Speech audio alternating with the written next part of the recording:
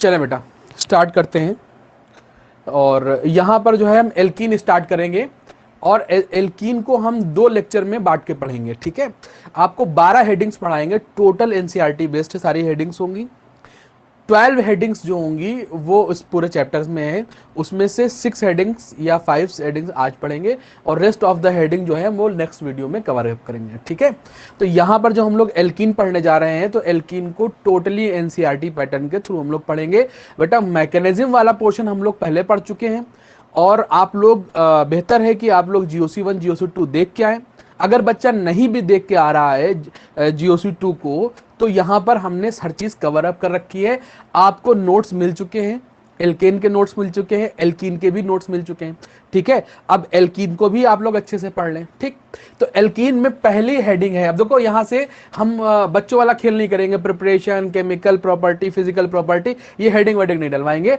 आपको ये मान के चलना पड़ेगा कि यहाँ से प्रिपरेशन ही है। तो पहली प्रिपरेशन में पहली जो हेडिंग है वो होती है डिहाइड्रेशन। डिहाइड्रेशन, और किसका डिहाइड्रेशन? Of alcohol. ठीक है, अब यहां पर एल्कोहल के डिहाइड्रेशन से हम लोग एल्कीन बनाएंगे।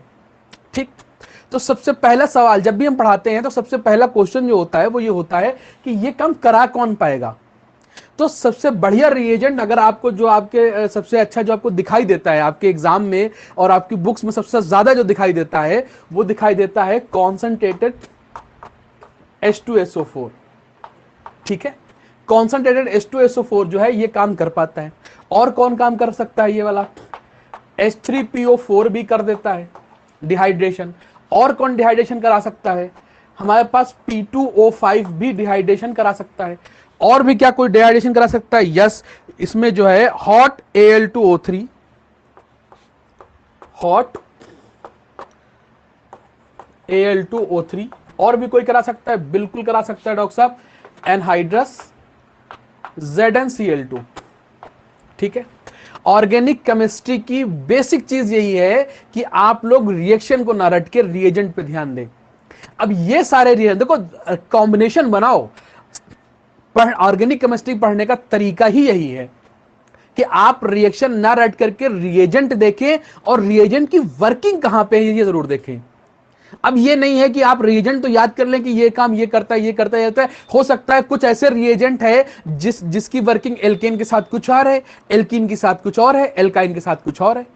आप उन्हें भी देख सकते हैं। बट आप लोग सबसे पहले रिएजेंट देखें। आप जब भी अब जो हम आपको हेडिंग वाइज जो पढ़ा रहे हैं, पॉइंट वाइज पढ़ा रहे हैं, जो हमने आपको जो है कल एल्केन पढ़ाया उसमें 14 हेडिंग्स थी। 14 हेडिंग्स को आप अच्छे से अगर पढ़ लें, सारे रिएजेंट याद कर ले, 1 बाय 1 और सबकी फंक्शनिंग याद कर ले, आपके ऑर्गेनिक केमिस्ट्री चुटकियों पे आ जाएगी, आपके टिप पे होगी। I promise to you. अगर आप लोग जो है ढंग से पढ़ रहे हैं तो यहीं से भी ऑर्गेनिक केमिस्ट्री पढ़ रहे हैं तो आपके नीट की पूरी ऑर्गेनिक केमिस्ट्री यहां से स्टार्ट है। आपकी पूरी organic chemistry total NCERT pattern, और एक एक क्वेश्चन आपको मिल जाएगा और थोड़ा सा हमने एडवांस भी पढ़ाया है इसमें। बस आपको जो हम कह रहे हैं अपना दिमाग मत लगाना कि ऐसे करें वैसे ना, आप समराइज करें चीजों को। अब जैसे पहली हेडिंग आ गई, आप इसको कहीं शॉर्ट नोट्स जरूर लिखें। इसकी क्या नोट्स लिखें कि जो प्रिपरेशन होती है एल्कीन की वो कैसे हो सकती है? डिहाइड्रेशन ऑफ एल्कोहल से। और ये काम करा कौन कौन सकता है? ये काम कंसंट्रेटेड H2SO4 करा सकता है, H3PO4 करा सकता है, P2O5 करा सकता है, हॉट Al2O3 करा सकता है, Zn एनहाइड्रस ZnCl2 करा सकता है। ये काम ये करा सकते हैं।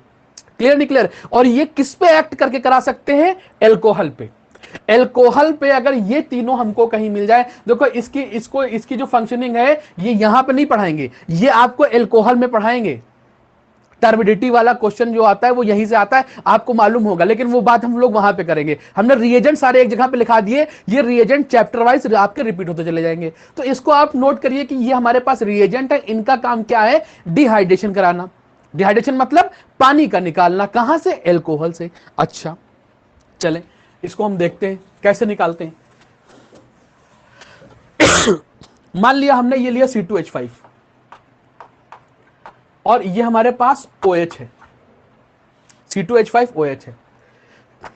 इसके ऊपर हमने लिख दिया कॉन्संट्रेटेड H2SO4।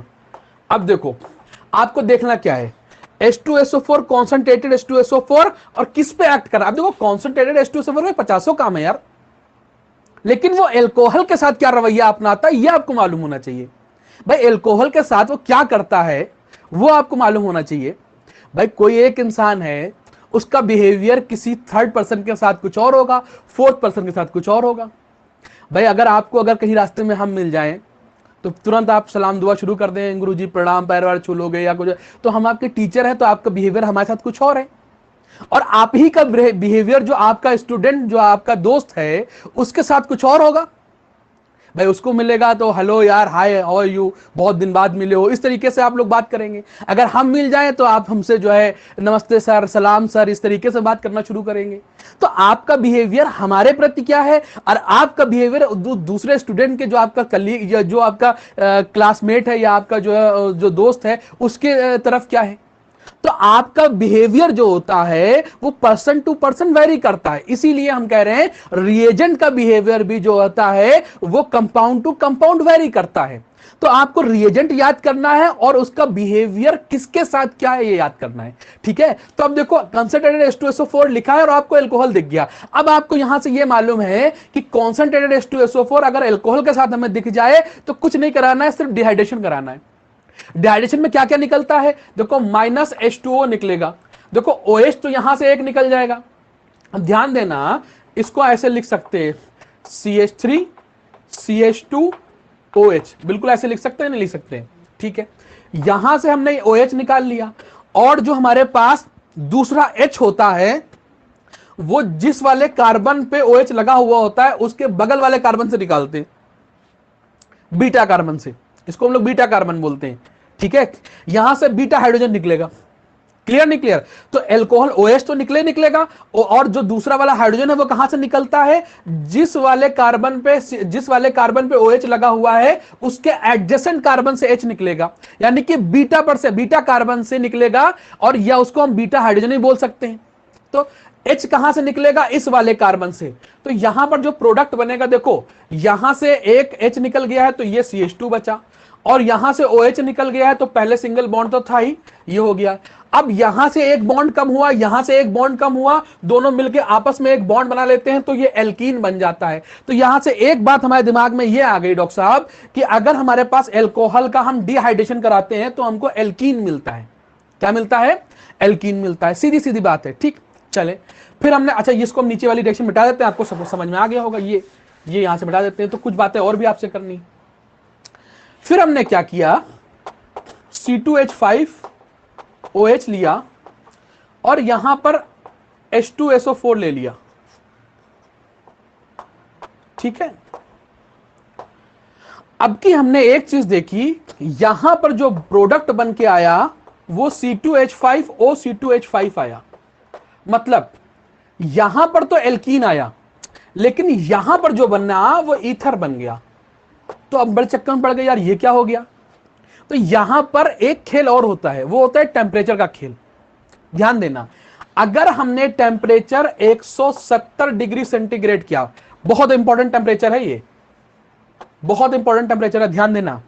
अगर टेम्परेचर हमने 170 डिग्री 170 डिग्री सेंटीग्रेड रखा तो हमारे पास प्रोडक्ट जो होगा वो एल्कीन बन के आएगा, मतलब ये कंप्लीट हाइड्रोलिसिस है, ध्यान देना, कंप्लीट हाइड्रोलिसिस।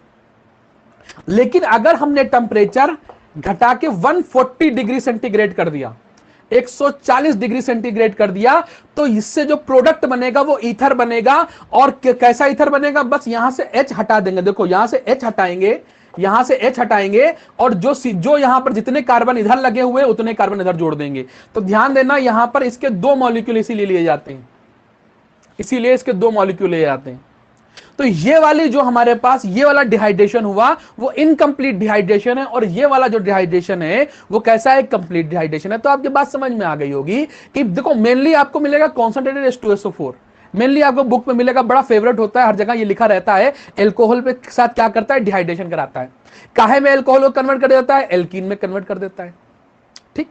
लेकिन टेम्परेचर का खेल मत भूलना, टेम्परेचर का खेल क्या है, अगर वो 170 स्पेसिफिक करके लिख के दे रहा है तो एल्कीन, और अगर वो 140 लिख के दे रहा है, देखो ये अगर तुमसे वो ईथर बनवाना चाहेगा तो जरूर लिख के देगा, अदरवाइज अगर टेम्परेचर नहीं लिख के दे रहा है तुम सीधे एल्कीन बना देना, लेकिन अगर वो टेम्परेचर लिख के दे रहा है तो तुम उसमें ईथर बनाओगे। क्लियर नहीं क्लियर? चले, बहुत बढ़िया बात है, इसे भी हम मिटा देते हैं। अब इसके बारे में कुछ और बातें जानते हैं, अभी पूरी बात कंप्लीट नहीं हुई है, अभी हम डिहाइड्रेशन ही पढ़ेंगे, थोड़ी और बात समझेंगे। यहां पर बेटा एक चीज ये देखना कि इसकी मैकेनिज्म देख लेते हैं हम लोग। चले मैकेनिज्म देख लेते हैं। मान लिया हमारे पास CH3 CH2 OH है, भाई अभी C2H5OH लिया, तो मैकेनिज्म में क्या होता है, जो हमारे पास H2SO4 होता है, पहले H2SO4 ब्रेक करता है H+ में और HSO4- में, ब्रेक कर गया। अब देखो ये हमारे पास एल्कोहल है, एल्कोहल के पास होता है लोन पेयर, 2 लोन पेयर है इसके पास। यहां से एसिड का H+ आता है और एसिड के H+ इस इलेक्ट्रॉन पेयर को देख के अट्रैक्ट होता है और उसकी तरफ खिंचा चला जाता है। CH3 CH2 ये हमारे पास OH और ये वाला H+ इसका एक इलेक्ट्रॉन एक्सेप्ट कर लेता है और बॉन्ड बना लेता है, और इस वाले जो ऑक्सीजन पे है तो इस पे पॉजिटिव आ जाएगा। ये हमारे पास ऑक्सोनियम आयन बन गया। क्या बन गया? Oxonium ion. अब डॉक्टर साहब क्या होता है, अब इसमें होता यह है कि हमारे पास ये वाला जो H2O है ये यहां से निकल जाता है। ध्यान देना, जब बॉन्ड टूटेगा तो ये दोनों इलेक्ट्रॉन लेके निकल जाएगा, तो एक जो इसके पास कमी थी वो पूरी हो जाएगी, एक तो उसका खुद ही था। इसका ये वाला इलेक्ट्रॉन भी, जो ये वाला एक बॉन्ड में 2 इलेक्ट्रॉन होते हैं, ये वाला इलेक्ट्रॉन भी ये लेके निकल जाएगा। जब ये लेके निकलेगा तो यहां पर डॉक्टर साहब पॉजिटिव आ जाएगा, तो ये हुआ CH3 और ये हमारे पास CH2 पॉजिटिव। अब देखो यहां पे लाख टके की बात यह है कि यहां पर जो बन गया वो कार्बोनियम बन गया, कार्बोनियम आयन। और कार्बोनियम आयन का एक नियम आपको मालूम होगा कि अगर कार्बोनियम बन रहा है तो रीअरेंजमेंट जरूर होगा।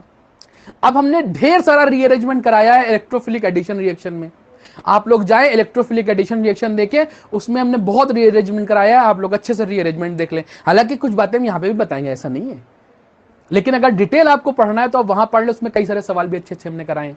और वहीं पर हमने पिनोकॉल जो है रीअरेंजमेंट भी कराया था हमने, देखो आपको अगर याद होगा, अगर आप पढ़ के आए होगे, ठीक है। बहरहाल अगर आपने वो नहीं पढ़ा है, सिर्फ यहीं से पढ़ना चाह रहे हो, तब भी आपके लिए ठीक है, तब भी हम कुछ ना कुछ तो आपको बताएंगे इसमें, ठीक है, कुछ ना कुछ नहीं, बहुत कुछ बताएंगे, टेंशन ना लिया जाए। अब क्या होता है, यहां से जो HSO4- होगा, जो HSO4- होगा, जो HSO4- होता है, वो क्या करता है, इससे H+ एक्सेप्ट करता है। H+ कहां से होगा, जो हमारे पास पॉजिटिव वाला होगा, जो कार्बोनियम आयन होगा, उसके बगल वाले कार्बन से H निकलेगा। तो H कहां से निकलेगा, इस वाले कार्बन से H निकलेगा। तो एक बात बेटा बताना, जब यहां पर भी एक वैलेंसी खाली होगी, यहां पर पॉजिटिव होगा, ठीक है, और यहां पर क्या आ जाएगा, नेगेटिव आ जाएगा, तो ये आपस में क्या बना ले, बॉन्ड बना लेंगे।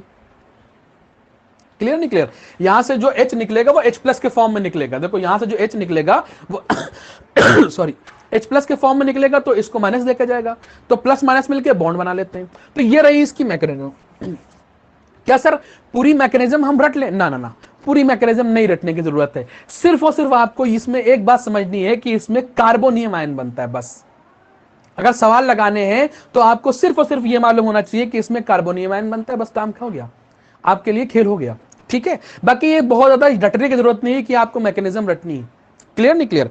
चलें अब कैसे सवाल आते हैं जरा देखिएगा, कुछ बातें इस पर और करते हैं। मैकेनिज्म तो आपने देख ली, मैकेनिज्म तो आपने देख ली बेटा। तो पहले स्टेप में क्या बनता है, इसमें हमारे पास कार्बोनियम आयन बनता है, ठीक है, सॉरी ऑक्सोनियम आयन बनता है, उसके बाद फिर कार्बन आयन बनता है, कार्बोनियम आयन, सॉरी पॉजिटिव वाला, ठीक है। चलिए अच्छा एक बात पूछें, अगर हम ये पूछे कि आपके पास अगर एल्कोहल दे रखे हैं, 3 एल्कोहल दे रखे हैं, मान लिया ये हमारे पास एक एल्कोहल ये है, और दूसरा एल्कोहल क्या है हमारे पास, ये है, और तीसरा एल्कोहल हमारे पास ये है, और ये है, 3 एल्कोहल है। अगर हम इसमें पूछे सबसे ज्यादा रिएक्टिव एल्कोहल कौन सा होगा, तो आपको मालूम है कि जहां भी जो इंटरमीडिएट बनता है, तो जो इंटरमीडिएट सबसे ज्यादा स्टेबल होगा उसकी रिएक्टिविटी सबसे ज्यादा होगी। अब तीनों एल्कोहल देखो, ये हमारे पास टर्शरी एल्कोहल है, ये हमारे पास सेकेंडरी एल्कोहल है और ये हमारे पास प्राइमरी एल्कोहल है। तो अगर हमको ये देखना पड़े कि कौन ज्यादा रिएक्टिव है तो OH हटाओ। देखो जैसे OH हटाओगे, अब देखो दो शॉर्ट ट्रिक समझो। OH हटाएंगे तो पॉजिटिव कहां पे आएगा? पॉजिटिव वहां पे आएगा जहां पर OH लगा हुआ है जिस कार्बन पे, तो इस पे आएगा। यहां पर OH हटाएंगे तो पॉजिटिव इस कार्बन पे आएगा, और यहां पर OH हटाएंगे तो पॉजिटिव इस कार्बन पे आएगा। देखो ये वाला हमारे पास टर्शरी कार्बोकैटायन है, और टर्शरी कार्बोकैटायन सबसे ज्यादा स्टेबल होता है, ये आपको मालूम है। अगर प्राइमरी सेकेंडरी टर्शरी में देखा जाए तो टर्शरी कार्बोकैटायन सबसे ज्यादा स्टेबल होता है, तो सबसे ज्यादा स्टेबल ये है, इस वजह से सबसे ज्यादा रिएक्टिव ये वाला एल्कोहल होगा, टर्शरी एल्कोहल होगा, देन सेकेंडरी, और सबसे कम प्राइमरी एल्कोहल हो जाएगा। क्लियर नहीं क्लियर? बात समझ में आ रही? चले इसे नोट करें बेटा, आगे बढ़ते हैं हम लोग। अभी अभी हम लोग डिहाइड्रेशन ही की बात कर रहे हैं, डिहाइड्रेशन ही की बात कर रहे हैं। चले एक सवाल करते हैं, इसमें एक सवाल करते हैं। सवाल ये है, CH3 CH CH2 CH3 और OH हमने यहां पर लगा दिया है, समझे रहे ना बेटा? और इस पे लिख दिया है हमने कॉन्संट्रेटेड H2SO4। हमारे बात समझ में आ गई, कॉन्संट्रेटेड H2SO4 एल्कोहल का कॉम्बिनेशन हमें मिल गया। बात हमारे अच्छी तरीके से समझ में आ गई, हमें क्या करना है? हमें यहां से OH को हटाना है, मतलब डिहाइड्रेशन करना है। तो OH तो यहां से हटना ही हटना है, OH यहां से हटना है। और ध्यान देना, जब भी डिहाइड्रेशन कराना तो कार्बोकैटायन जरूर बनाना। क्यों बनाना अभी समझ में आएगा। कार्बोकैटायन बनाया हमने, देखो कार्बोकैटायन यहां पे आ गया, ठीक। अच्छा, OH तो हमने निकाल दिया, अब हम H कहां से निकाले? H कहां से निकाले? हमने तुम्हें क्या बताया था कि जहां पे कार्बोकैटायन बनता है उसके बगल वाले कार्बन से निकालेंगे, उसके एडजेसेंट कार्बन से H निकालेंगे, ठीक है। इस वाले कार्बोकैटायन का एडजेसेंट कार्बन ये भी है और ये भी है। अब फिर से एक प्रॉब्लम हमारे पास क्रिएट हो गई कि हाइड्रोजन हम किस वाले कार्बन से निकालें, इस वाले कार्बन से निकालें या इस वाले कार्बन से निकालें। तो ध्यान देना, सर्जफ ने एक रूल बताया था, वही रूल यहां पर भी हम अप्लाई कर देते हैं कि हाइड्रोजन हम वहां से निकालेंगे जहां पर लेस नंबर ऑफ हाइड्रोजन होगी, जिस कार्बन के पास लेस नंबर ऑफ हाइड्रोजन होगा। ध्यान देना, हाइड्रोजन हम वहां से लेते हैं जहां पर लेस नंबर ऑफ हाइड्रोजन होगा। अब लेस नंबर ऑफ हाइड्रोजन किसके पास है? इसके पास या इसके पास? तो डॉक्टर साहब इसके पास लेस नंबर ऑफ हाइड्रोजन है। हम लोग यहां से भी हाइड्रोजन निकाल सकते हैं, यहां से भी निकाल सकते हैं, लेकिन निकालेंगे कहां से? यहां से। क्यों? क्योंकि यहां पर लेस नंबर ऑफ हाइड्रोजन है। क्लियर नहीं क्लियर? यहां से निकाले। ध्यान देना, इस तरीके के सवाल आएंगे बेटा, समझ रहे ना? तो हम लोग जहां से लेस नंबर ऑफ हाइड्रोजन है वहां से हम लोग क्या करेंगे बेटा? वो निकाल लेंगे, हाइड्रोजन निकाल लेंगे। तो अब यहां से हमने OH तो मिल ही गया था, हाइड्रोजन ही मिल गई, -H2O कर दिया। तो डॉक्टर साहब प्रोडक्ट क्या बचा? देखो CH3 अभी भी वैसा ही है, ये हमारे पास CH होगा, ठीक है। और यहां पर भी क्या आ गया? CH आ गया, क्योंकि हाइड्रोजन हमने यहां से निकाल ली, और यहां पे CH3। ध्यान देना, जिसपे पॉजिटिव लगा हो, जहां से हाइड्रोजन लेते हैं उनके बीच में एक बॉन्ड आ जाएगा, आपको मालूम है। तो ये एल्कीन बन गया, और ये एल्कीन भी कौन सी है? ब्यूटीन, ब्यूटीन 2 बन गया। क्लियर? चले इसको नोट करें। एक सवाल बहुत खूबसूरत सा और बताएं।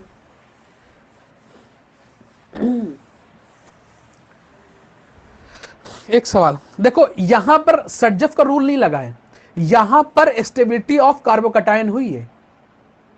अगर हम जिसके पास ज्यादा हाइड्रोजन है, जिसके पास ज्यादा हाइड्रोजन है, अगर वहां से लेते तो कार्बोकैटायन जो होता है कम जो हमारे पास स्टेबिलिटी उसकी होती।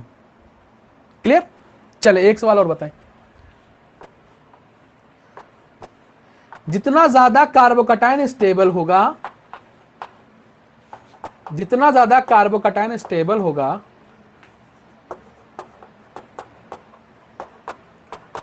जितना ज्यादा कार्बोकैटायन स्टेबल होगा उतना ही उसका प्रोडक्ट जो है स्टेबल होगा, वही मेजर प्रोडक्ट बनेगा। ठीक। अच्छा, मेजर का मतलब वही प्रोडक्ट बनेगा। यहां पर हमने लिख दिया कॉन्संट्रेटेड H2SO4। अब आपको कॉन्सेप्ट तो मालूम है कि आपने कॉन्संट्रेटेड H2SO4 देखा तो आपको समझ में आ गया, आपने एल्कोहल तलाशना शुरू कर दिया, आपको एल्कोहल दिख गया, आपने कहा चलो हम यहां से OH निकाल लेंगे। क्लियर नहीं क्लियर? अब यहां से अगर आपने OH निकाल लिया तो ध्यान देना, कार्बोकैटायन यहां पे बना, कार्बोकैटायन यहां पे बना। क्लियर नहीं क्लियर? बोलो बेटा, कार्बोकैटायन कहां बना? वहां पे बनेगा। ठीक, जरा समझना। अब एक बात बताओ, कार्बोकैटायन तो हमारे पास वहां से बन गया। एक बात हमको और बताओ, ये कार्बोकैटायन यहां पर है, अगर ये कार्बोकैटायन यहां पर पहुंच जाए तो ज्यादा स्टेबल है कि जो यहां पर है वो ज्यादा स्टेबल है? तो आपको रीअरेंजमेंट मालूम है, रीअरेंजमेंट मालूम है ना, कार्बोकैटायन में होता है रीअरेंजमेंट। अगर प्राइमरी है तो सेकेंडरी बनता है, सेकेंडरी है तो टर्शरी बनता है, ठीक है। यहां पर वो सेकेंडरी है, लेकिन अगर कार्बोकैटायन यहां पर आ जाएगा, डॉक्टर साहब कार्बोकैटायन यहां पर आ जाएगा, तो ध्यान देना, अगर कार्बोकैटायन यहां पर आ जाएगा तो ये हमारे पास ज्यादा स्टेबल हो जाएगा। तो यहां से कार्बोकैटायन यहां पहुंच जाएगा, ठीक है, और उसके बाद H कहां से निकलेगा वो यहां से निकाल सकते हैं, ठीक है। तो इस सवाल को करने की एक शॉर्ट ट्रिक ये है कि हमारे पास जो H होगा वो हम कहां से निकाल लेंगे, इस वाले पोजीशन से निकाल लेंगे। कॉन्सेप्ट हमने बता दिया।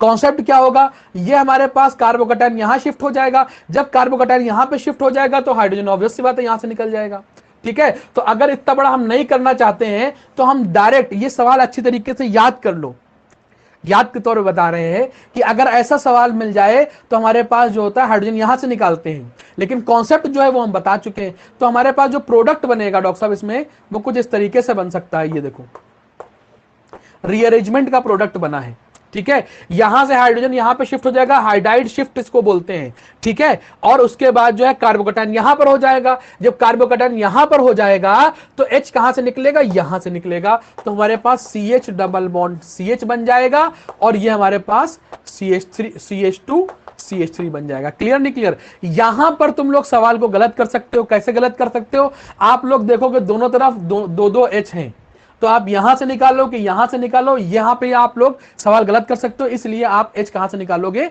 वो आप यहां से निकालोगे। क्लियर? बात समझ में आ रही कि नहीं आ रही?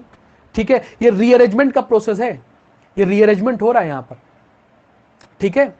अब रीअरेंजमेंट अगर आपको नहीं कराना है तो देखो रीअरेंजमेंट तो हो रहा है, अब रीअरेंजमेंट वाले प्रोसेस में लंबा नहीं जाना है, वो तो हम करा चुके हैं, आपको डिटेल बता चुके हैं। आपको सवाल हम याद करा रहे हैं कि अगर कंडीशन कभी ऐसी फंस जाए कि OH लगा हो और दोनों तरफ CH2 हो, तो हम लोग H कहां से निकालेंगे, जिधर बेंजीन रिंग लगा होगा उधर से H निकाल लेंगे। ये एक शॉर्ट ट्रिक हो गई। क्लियर? चले बेटा इसको हम मिटा देते हैं। अभी डिहाइड्रेशन ही पढ़ रहे हैं, अभी हम डिहाइड्रेशन ही पढ़ रहे हैं, ठीक है। थोड़ा अच्छे तरीके से इसको पढ़ लेते हैं। इसे और सवाल एक करा देते हैं आपको। मान लिया हमने ये लिया CH3 CH2 CH2 OH, concentrated H2SO4 लिया, ठीक है। क्या होगा डॉक्टर साहब जरा देखिए, यहां से OH निकालेंगे, कार्बोकैटायन यहां पे बनेगा। अब देखो फिर वही काम है, इसमें रीअरेंजमेंट होगा।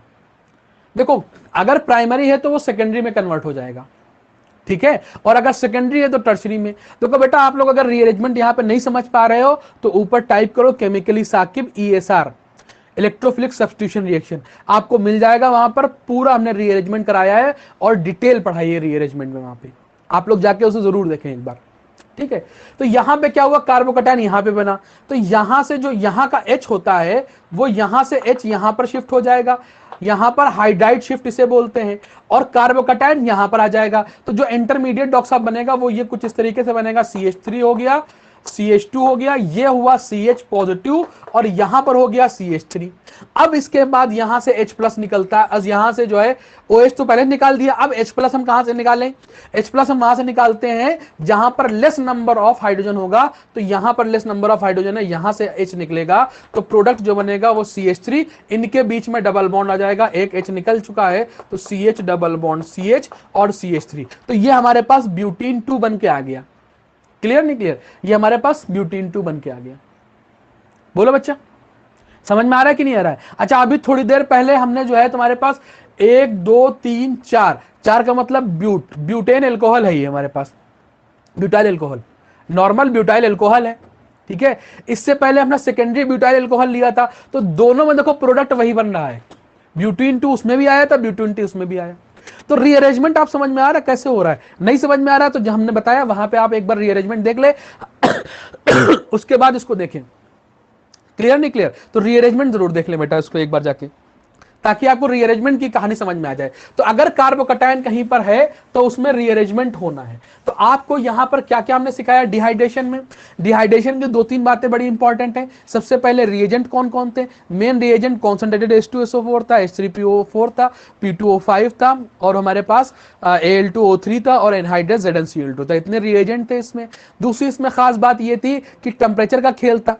ठीक है, टेम्परेचर अगर हमारे पास 170 लेंगे तो कंप्लीट हाइड्रोलिसिस होगी, कंप्लीट डिहाइड्रेशन होगा, और अगर हमने 140 लिया तो इनकम्प्लीट डिहाइड्रेशन हो जाएगा। ठीक है, तीसरी बात इसमें थी कार्बोकैटायन बन रहा है। तो कार्बोकैटायन बन रहा है तो इसके बाद इसका मतलब यह है कि सबसे ज्यादा जो रिएक्टिव, सबसे ज्यादा जो एल्कोहल होगा वो टर्शरी होगा, सेकेंडरी होगा, प्राइमरी होगा, और कार्बोकैटायन बन रहा है तो डॉक्टर साहब इसमें रीअरेंजमेंट भी होगा।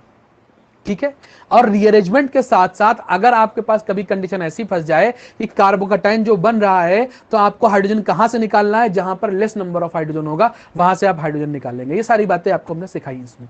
ठीक है, आपने अच्छी तरीके से इसको पढ़ा, बहुत बढ़िया बात है। चले इसे हम मिटा देते हैं। तो पहली हेडिंग हमारे पास कंप्लीट हो गई, डिहाइड्रेशन ऑफ एल्कोहल। एल्कोहल के डिहाइड्रेशन से हमने एल्कीन बना लिया, ये हमारे पास हेडिंग कंप्लीट हो गई। दूसरी हेडिंग हमारे दूसरे नंबर पे आ जाइए, डिहाइड्रोहेलोजिनेशन। दूसरे नंबर पे आते हैं डी हाइड्रोहेलोजिनेशन। ठीक है, बड़ा इंपॉर्टेंट नाम है।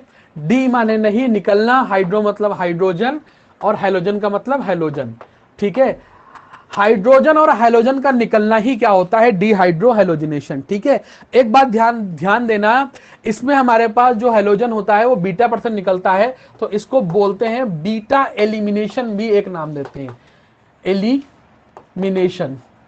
बीटा एलिमिनेशन भी एक नाम देते हैं। ठीक है, क्यों नाम देते हैं भी सारी बातें सामने आ जाएंगी। तो जब भी हम कोई हेडिंग पढ़ते हैं सबसे पहले उसके रिएजेंट पढ़ते हैं, तो उसमें वेल नोन रिएजेंट है इसलिए सबसे पहले हम उसको लिखते हैं ताकि आपके दिमाग में बस जाए, क्योंकि ज्यादातर बुक में इसका इस्तेमाल बहुत होता है। एल्कोहलिक, अगर आपको एल्कोहलिक KOH या एल्कोहलिक NaOH दे दिया जाए, एल्कोहलिक ध्यान देना, एक्वस नहीं, एल्कोहलिक ध्यान देना, फिर बार बार हम करें, एल्कोहलिक KOH या एल्कोहलिक NaOH ले लिया जाए तो वो बीटा एलिमिनेशन कराता है। कैसे कराता है भी समझ में आ जाएगा। ठीक है, और कौन करा सकता है इसमें बेटा, ये काम NaNH2 भी करा सकता है, इसको हम लोग सोडामाइड बोलते हैं। NaNH2 भी ये काम जो है करा सकता है। एक रिएजेंट हमारे पास ये हो गया, क्लियर नहीं क्लियर। और क्या सर कोई करा सकता है, बिल्कुल करा सकता है। हमारे पास पोटेशियम जो है एल्कोक्साइड इसे बोलते हैं। ठीक है, पोटेशियम एल्कोक्साइड ये भी ये करा सकता है। ठीक है, या हमारे पास KNH2 ये भी ये काम करा सकता है। तो जो हमने ये हमने उसमें लिखा है एक अरे क्या टेंट है, शामियाना है, चलो इसको बोलते हैं, उसके अंदर जो लिखा है तो उसके अंदर ये वाला जो है ये इंपॉर्टेंट है, ये आपके बहुत ज्यादा एग्जाम में पूछे जाते हैं, इसलिए इनको जरूर ध्यान में रखिएगा और इनको भी याद करिएगा। इसका मतलब कतई नहीं है कि हम ये करें कि इसको मत याद करिएगा, लेकिन इसको 100% याद करिएगा। क्लियर नहीं क्लियर। तो ये हमारे पास कुछ ऐसे रिएजेंट हैं जो ये काम करा सकते हैं। कौन सा काम करने जा रहे हैं हम लोग, डिहाइड्रोहेलोजिनेशन। मतलब डी मतलब निकाल रहे हैं, ठीक है, क्या क्या निकाल रहे हैं, हाइड्रो मतलब हाइड्रोजन, हेलोजिनेशन मतलब हेलोजन। ठीक है, हेलोजन और हाइड्रोजन को निकालना है। ठीक, कैसे निकालना है जरा देखिए, हम एक सवाल लेते हैं फिर हम लोग आगे बढ़ते हैं। जैसे हमारे पास ये आ गया CH3 CH2 CH2 Cl, ये हमारे पास है। देखो इस पे हमने लिख दिया एल्कोहलिक KOH। देखो एल्कोहलिक KOH बड़ा इंपॉर्टेंट रिएजेंट है। एल्कोहलिक KOH कहीं पर भी आपको दिख जाए तो आप पहले हेलोजन निकालेंगे, और उसके ये देखो ये हमारे पास कार्बन जो होता है जिसपे कोई हेलोजन जुड़ा होता है या कोई भी फंक्शनल ग्रुप जुड़ा होता है उसको बोलते हैं अल्फा कार्बन, और अल्फा कार्बन के बगल वाले कार्बन को हम लोग बोलते हैं बीटा कार्बन। क्या बोलते हैं डॉक्टर साहब, बीटा कार्बन बोलते हैं। ठीक है, बात समझ में आई। तो यहां पर होता यह है कि जो बीटा होता है बीटा पर से हाइड्रोजन निकालते हैं। देखो ये हमारे पास अल्फा हो गया। अल्फा किसे बोलते हैं, कोई भी फंक्शनल ग्रुप XYZ कोई भी फंक्शनल ग्रुप जिस कार्बन पे डायरेक्टली अटैच होता है उसे हम लोग अल्फा बोलते हैं, अल्फा कार्बन। और अल्फा कार्बन के बगल वाले को बीटा कार्बन बोलते हैं। बीटा कार्बन पे जो हाइड्रोजन लगा होता है उसे बीटा हाइड्रोजन बोलते हैं। अल्फा कार्बन पे जो हाइड्रोजन होता है उसे अल्फा हाइड्रोजन बोलते हैं। तो यहां पे होता क्या है, यहां पर हैलोजन निकलता है और हाइड्रोजन निकलता है, हैलोजन निकलता है और हाइड्रोजन निकलता है। हाइड्रोजन कहां से निकलता है, हाइड्रोजन निकलता है बीटा पोजीशन से, तो इसलिए इसको बीटा एलिमिनेशन का नाम दिया जाता है। और यहां पर जो प्रोडक्ट बनता है, तो डॉक्टर साहब क्या बनता है, देखो हैलोजन यहां से निकलेगा, बीटा से हाइड्रोजन निकलेगा, ठीक है। तो यहां से एक हाइड्रोजन कम होगा, यहां से हाइड्रोजन कम होगा, और इन दोनों के बीच में एक क्या आएगा, डबल बॉन्ड आ जाएगा। तो ये हमारे पास CH डबल बॉन्ड CH2, ये हमारे पास एल्कीन बन के तैयार हो गया। क्या बना बेटा, एल्कीन। देखो हम लोग एल्कीन ही तो पढ़ रहे हैं, प्रिपरेशन पढ़ रहे हैं। पहले हमने पढ़ाया डिहाइड्रेशन ऑफ एल्कोहल से पढ़ा, अब ये हम लोग पढ़ रहे हैं डिहाइड्रोहेलोजिनेशन। देखो यहां से क्या क्या निकला, यहां से HCl निकल गया, यहां से H निकला, यहां से Cl निकला, तो हाइड्रोजन में निकला, हेलोजन में निकला, तो यह डिहाइड्रोहेलोजिनेशन हो गया। और यहां पर से क्या निकला, देखो बीटा पोजीशन से हाइड्रोजन निकला, इसलिए इसे हम लोग बोलते हैं बीटा एलिमिनेशन। क्या बोलते हैं, दो इसके नाम हो गए, बीटा एलिमिनेशन, डिहाइड्रोहेलोजिनेशन। क्लियर नहीं क्लियर, तो हमारे पास प्रोडक्ट ये बन गया। अच्छा एक बात और समझो, ध्यान देना यहां पर, अच्छा एक बात यहां पर और समझ लो, यहीं पर समझ लो। अब यहां पर जो है हमारे पास, अगर यहां पर OH लगा होता, ध्यान देना छोटी सी बात समझना, अगर यहां पर OH लगा होता, CH3 CH2 CH2 OH लगा होता, और इस पे हम कॉन्सेंट्रेटेड H2SO4 लिख देते, ठीक है। आपको मालूम है कॉन्सेंट्रेटेड H2SO4 क्या काम करता है, डिहाइड्रेशन करता है, पानी निकालता है। OH तो निकाले ही निकालेगा, जहां से OH निकालेंगे उसी कार्बन पे कार्बोकटायन, कार्बोकटायन होगा तो वो रीअरेंजमेंट करेगा। क्या करेगा डॉक्टर साहब, रीअरेंजमेंट करेगा।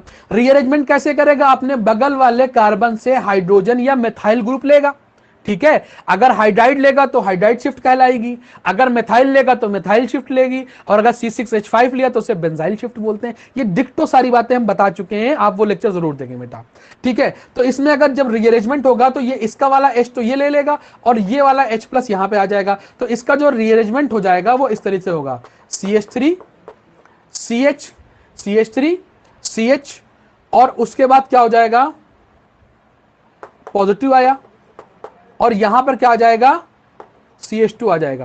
क्लियर, चलें यहां पर CH3 हो जाएगा, एक्चुअल में CH3 हो जाएगा। अब यहां से क्या होगा, अब यहां से H निकलेगा। अब H कहां से निकालेंगे, जिधर जिसके पास कम H होंगे, तो दोनों के पास बराबर बराबर H है, कहीं से भी निकाल लेते, तो इसका प्रोडक्ट भी जो बनेगा वो CH3 CH double bond CH2 बनेगा, ठीक। हालांकि ये बात हमें मालूम थी कि इसमें रीअरेंजमेंट कराने से कोई फायदा नहीं है, 3 कार्बन की अगर चेन है तो उसमें रीअरेंजमेंट कराने से कोई फायदा नहीं है, दोनों में प्रोडक्ट सेम ही बनता है। 4 कार्बन की चेन में फर्क पड़ जाएगा, 4 कार्बन की चेन में फर्क पड़ जाएगा, लेकिन हम तुम्हें यहां पर समझाना ये चाह रहे थे, देखो इसमें हमने डायरेक्ट प्रोडक्ट बनाया, और इसमें जो है हमने इंटरमीडिएट को पहले रीअरेंज कराया, उसके बाद प्रोडक्ट बनाया। क्लियर नहीं क्लियर, तो अगर हमारे पास कंसंट्रेटेड H2SO4 दे रखा है तो उसमें रीअरेंजमेंट होगा, और अगर हमारे पास एल्कोहलिक KOH है तो उसमें रीअरेंजमेंट नहीं होता है। एल्कोहलिक KOH कहां एक्ट करता है, एल्किल हैलाइड पे करता है, और हमारे पास कंसंट्रेटेड H2SO4 कहां एक्ट कर रहा है, एल्कोहल पे एक्ट कर रहा है, लेकिन बन दोनों से एल्कीन रहा है। इसमें हमारे पास जो एल्किल, जो हमारे पास बीटा एलिमिनेशन हो रहा है, इसमें कार्बोकटायन नहीं बनता, नहीं बनता, नहीं बनता, ठीक है, और इसमें कोई भी रीअरेंजमेंट नहीं होता। जबकि अगर हमने अगर एल्कोहल लिया और कॉन्सेंट्रेटेड H2SO4 लिया तो उसमें क्या होता है बेटा, रीअरेंजमेंट हो जाता है। जैसे एग्जांपल लेते हैं दूसरा, 4 कार्बन वाला एग्जांपल ले लेते हैं, तो अभी खुद हमें समझ में आ जाएगा। देखो अगर हमने यहां पर ये लिया CH3 CH2 CH2 CH2 Cl लिया और एल्कोहलिक KOH लिया, ठीक है, तो डॉक्टर साहब प्रोडक्ट क्या बनेगा, हमको मालूम है क्लोरीन को हटाना है, ये अल्फा ये बीटा, मतलब यहां से हाइड्रोजन को हटाना है, तो हमारे पास यहां से हाइड्रोजन हटा, यहां से क्लोरीन को हटा, हाइड्रोजन हटा, तो डबल बॉन्ड यहीं पे आ जाएगा। तो हमारे पास प्रोडक्ट जो बनेगा CH3 CH2, ये बचा CH, और यहां से हाइड्रोजन निकल चुका है, तो डबल बॉन्ड CH2, ये हमारे पास बना ब्यूटीन 1। लेकिन अगर हमारे पास CH3 CH2 CH2 CH2 OH है और इस पे हमने कॉन्सेंट्रेटेड H2SO4 लिख दिया, तो हमारे पास डॉक्टर साहब क्या होगा, ये OH को हम यहां से हटाएंगे, ये हमारे पास कार्बोकैटायन यहां पर आ जाएगा। प्राइमरी कार्बोकैटायन अगर है तो वो सेकेंडरी में कन्वर्ट हो जाता है, तो कार्बोकैटायन यहां से शिफ्ट होकर यहां पे पहुंच जाएगा, तो कार्बोकैटायन एक्चुअल में कहां बनेगा डॉक्टर साहब, यहां पे बन जाएगा। शॉर्ट में आपको बता रहे हैं ताकि आपको एक स्टेप बढ़ाना ना पड़े, ठीक है, आप खुद समझदार हैं, प्राइमरी से डायरेक्ट आप सेकेंडरी कर दीजिए, ठीक है। अब यहां से एक H निकाल के यहां पे कर दिए, बस ये हमारे पास ये एक H आ जाएगा, ये तो OH निकाल ही दिया हमने। अब अगर पूछा जाए कि ये हमारे पास H कहां से निकालेगा, OH तो निकल गया, H ये कहां से निकालेगा, तो जिसके पास लेस नंबर ऑफ हाइड्रोजन होगा वहां से निकलेगा, तो H यहां से डॉक्टर साहब निकलेगा, तो इसका प्रोडक्ट जो बन के आएगा CH3CH डबल बॉन्ड CH और ये बना CH3। तो हमारे पास अगर हमारे पास ब्यूटाइल क्लोराइड है, उसको एल्कोहलिक KOH से रिएक्ट करा रहे हैं, तो बीटा एलिमिनेशन करके वो ब्यूटीन 2 बनाएगा। जबकि अगर हमारे पास नॉर्मल ब्यूटाइल एल्कोहल है और उसका डिहाइड्रेशन करा रहे हैं तो ब्यूटीन 2 बनता है, क्योंकि इसमें रीअरेंजमेंट होता है, इसमें रीअरेंजमेंट नहीं होता। क्लियर? बहुत बढ़िया बात है, चलिए आप लोग सीख रहे हैं। अच्छा, एक सवाल और आपसे करते हैं, एक सवाल और करते हैं। यहां पर CH3 CH2 CH Cl और ये हमने लगा दिया CH3। यहां पर हमने कहा ये हो गया एल्कोहलिक KOH। आपको रिएजेंट का जानकारी है, आपने देखा एल्कोहलिक KOH हमारे पास है। एल्कोहलिक KOH का काम यह है कि वो बीटा एलिमिनेशन कराता है। तो हमने पहले तो हेलोजन को हटाना है, डिहाइड्रोहेलोजिनेशन होता है, तो पहले तो हेलोजन को हटा दिया। हेलोजन को हटाने के बाद अब हम ये चेक करते हैं कि ये वाला तो अल्फा कार्बन हुआ, तो बीटा कौन हुआ, अल्फा के बगल वाला, अल्फा के बगल वाला ये है, ये बीटा। लेकिन डॉक्टर साहब इसके बगल में ये भी तो है, तो ये भी तो बीटा हुआ। अब हम कौन से बीटा से हाइड्रोजन निकालें, हेलोजन तो हमने निकाल लिया, अब कौन से बीटा से हम हाइड्रोजन निकालें। तो यहां पर एक वैज्ञानिक आए सज्जफ ने अपना एक रूल दिया और हमारे मुश्किल को आसान कर दिया। उसने कहा कि हाइड्रोजन वहां से निकालो जहां पर लेस नंबर ऑफ हाइड्रोजन हो। यह सज्जफ ने इसके लिए बताया था, बीटा एलिमिनेशन के लिए बताया था, ठीक है। वहां तो हमने अप्लाई कर दिया, वो जो डिहाइड्रेशन है उसको अलग रखना, वो हमने एक रूल बता दिया है, लेस नंबर ऑफ हाइड्रोजन, उसको याद रखना। लेकिन पूछा जाए सज्जफ ने किसके लिए रूल दिया था, तो वो एल्किल हैलाइड के लिए दिया था, ठीक है, बीटा एलिमिनेशन के लिए दिया था, ठीक। और उसने कहा था कि जो हमारे पास हाइड्रोजन हम वहां से निकालेंगे जो हमारे पास मोर एल्काइलेटेड हो। मोर एल्काइलेटेड का मतलब क्या हुआ, जिसके पास एल्किल ग्रुप ज्यादा हो उस वाले कार्बन से हाइड्रोजन निकालेंगे। देखो दोनों ही रूल है, आपको ध्यान क्या रखना है कि जहां पर लेस नंबर ऑफ हाइड्रोजन है वहां से आप हाइड्रोजन निकालोगे। तो अब हाइड्रोजन यहां से निकालना है, आपको मालूम चल गया, आपके पास प्रोडक्ट जो बनेगा वो CH3 बनेगा, और आपने हाइड्रोजन वहां से निकाल ली तो ये CH हो गया, यहां से हाइड्रोजन निकल गई तो इन दोनों के बीच में डबल बॉन्ड आ गया, और ये हमारे पास CH3 हो गया, ब्यूटीन 2 बन गया। अच्छा, जो मोर एल्काइलेटेड हमारे पास जो होता है एल्कीन होगा, वहां से निकलेगा। इसका मतलब क्या हुआ, तो मोर एल्काइलेटेड कौन होगा कार्बन, देखो इसमें अगर देखा जाए इस वाले को पकड़ोगे, इसके पास एक एल्किल ग्रुप ये लगा हुआ है और एक एल्किल ग्रुप पूरा ये लगा हुआ है, इसके पास 2 एल्किल ग्रुप है। अगर यहां पर से निकालोगे, यहां पर देखोगे तो यहां पर सिर्फ और सिर्फ कितना एल्किल ग्रुप लगेगा, एक एल्किल। लेकिन यहां पर जो सज्जफ ने बताया था, उसने कहा था मोर एल्काइलेटेड एल्कीन बनना चाहिए, मोर एल्काइलेटेड एल्कीन। अगर हम हाइड्रोजन यहां से निकालते, ध्यान देना, अगर हम हाइड्रोजन यहां से निकालते तो हमारे पास CH3 CH2 CH double bond CH2 ये प्रोडक्ट बनता अगर हम हाइड्रोजन यहां से निकालते। तो एक प्रोडक्ट ये बन गया, एक प्रोडक्ट ये बन गया, ठीक है। अगर इसमें इस एल्काइन को देखें, देखो ये एल्काइन है, इस पे ये हमारे पास एक एल्किल ग्रुप लगा हुआ है, जबकि ये हमारे पास जो एल्काइन है इसके इधर एक एल्किल ग्रुप है, इधर एल्किल ग्रुप है। तो मोर एल्काइलेटेड एल्कीन कौन हुआ, ये हुआ। ये हमारे पास लेस एल्काइलेटेड एल्कीन है। इसकी एक वजह और होती है कि एल्कीन की स्टेबिलिटी। ये वाला एल्कीन इधर से 3 अल्फा हाइड्रोजन, इधर से 3 अल्फा हाइड्रोजन हाइपर कॉन्जुगेशन के थ्रू यहां पर स्टेबलाइज हो रहा है, जबकि ये हमारे पास 2 अल्फा हाइड्रोजन के थ्रू स्टेबलाइज हो रहा है। तो मोर एल्काइलेटेड एल्कीन हमारे पास ये हो गई। आपको इतने भारी भरकम शब्द याद करने की जरूरत नहीं है, आपको ये सब याद करने की जरूरत नहीं है। आप सिर्फ जब प्रोडक्ट बनाएंगे वो कैसे बनाएंगे, आप हेलोजन देख लेंगे और उस वाले बीटा से हाइड्रोजन निकाल लेंगे जहां पर लेस नंबर ऑफ हाइड्रोजन है। इतनी बात ध्यान रखेंगे, आपका प्रोडक्ट तैयार, आपको ज्यादा चक्कर में नहीं पड़ना, क्या देखना है, जिसके पास लेस नंबर ऑफ हाइड्रोजन हो वहां से आप लोग क्या निकाल लेंगे, हाइड्रोजन निकाल लेंगे, काम खत्म हो गया। अच्छा, चूंकि सर जस्ट ने बताया था मोर एल्काइल एल्कीन, तो वो भी हमने कॉन्सेप्ट बता दिया। अगर एग्जाम में आ जाए भाई ऑप्शन 4 दे दिया कि हम प्रोडक्ट कौन सा बनाएंगे जहां पे लेस नंबर ऑफ हाइड्रोजन हो, मोर एल्काइल एल्कीन हो, बोथ हो, नन हो, तो हमने बोथ का ऑप्शन लगा देना है। क्लियर नहीं क्लियर? चले इसे नोट कर ले बेटा। आई थिंक ये भी बात आपको अच्छी तरीके से समझ में आ गई होगी। इसमें कोई रीअरेंजमेंट नहीं होता, ये भी बात आपको अच्छी तरीके से समझ में आ चुकी है। क्लियर? अच्छा, वही वाला सवाल इसमें फिर कराते हैं, एक सवाल और उसमें कराते हैं, जो अगर हमारे पास बेंजाइल वाला वो सवाल था, ध्यान देना।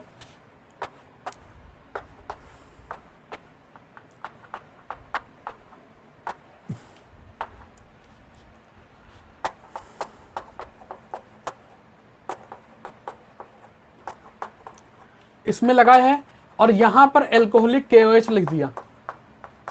अच्छी तरीके से सवाल देखना।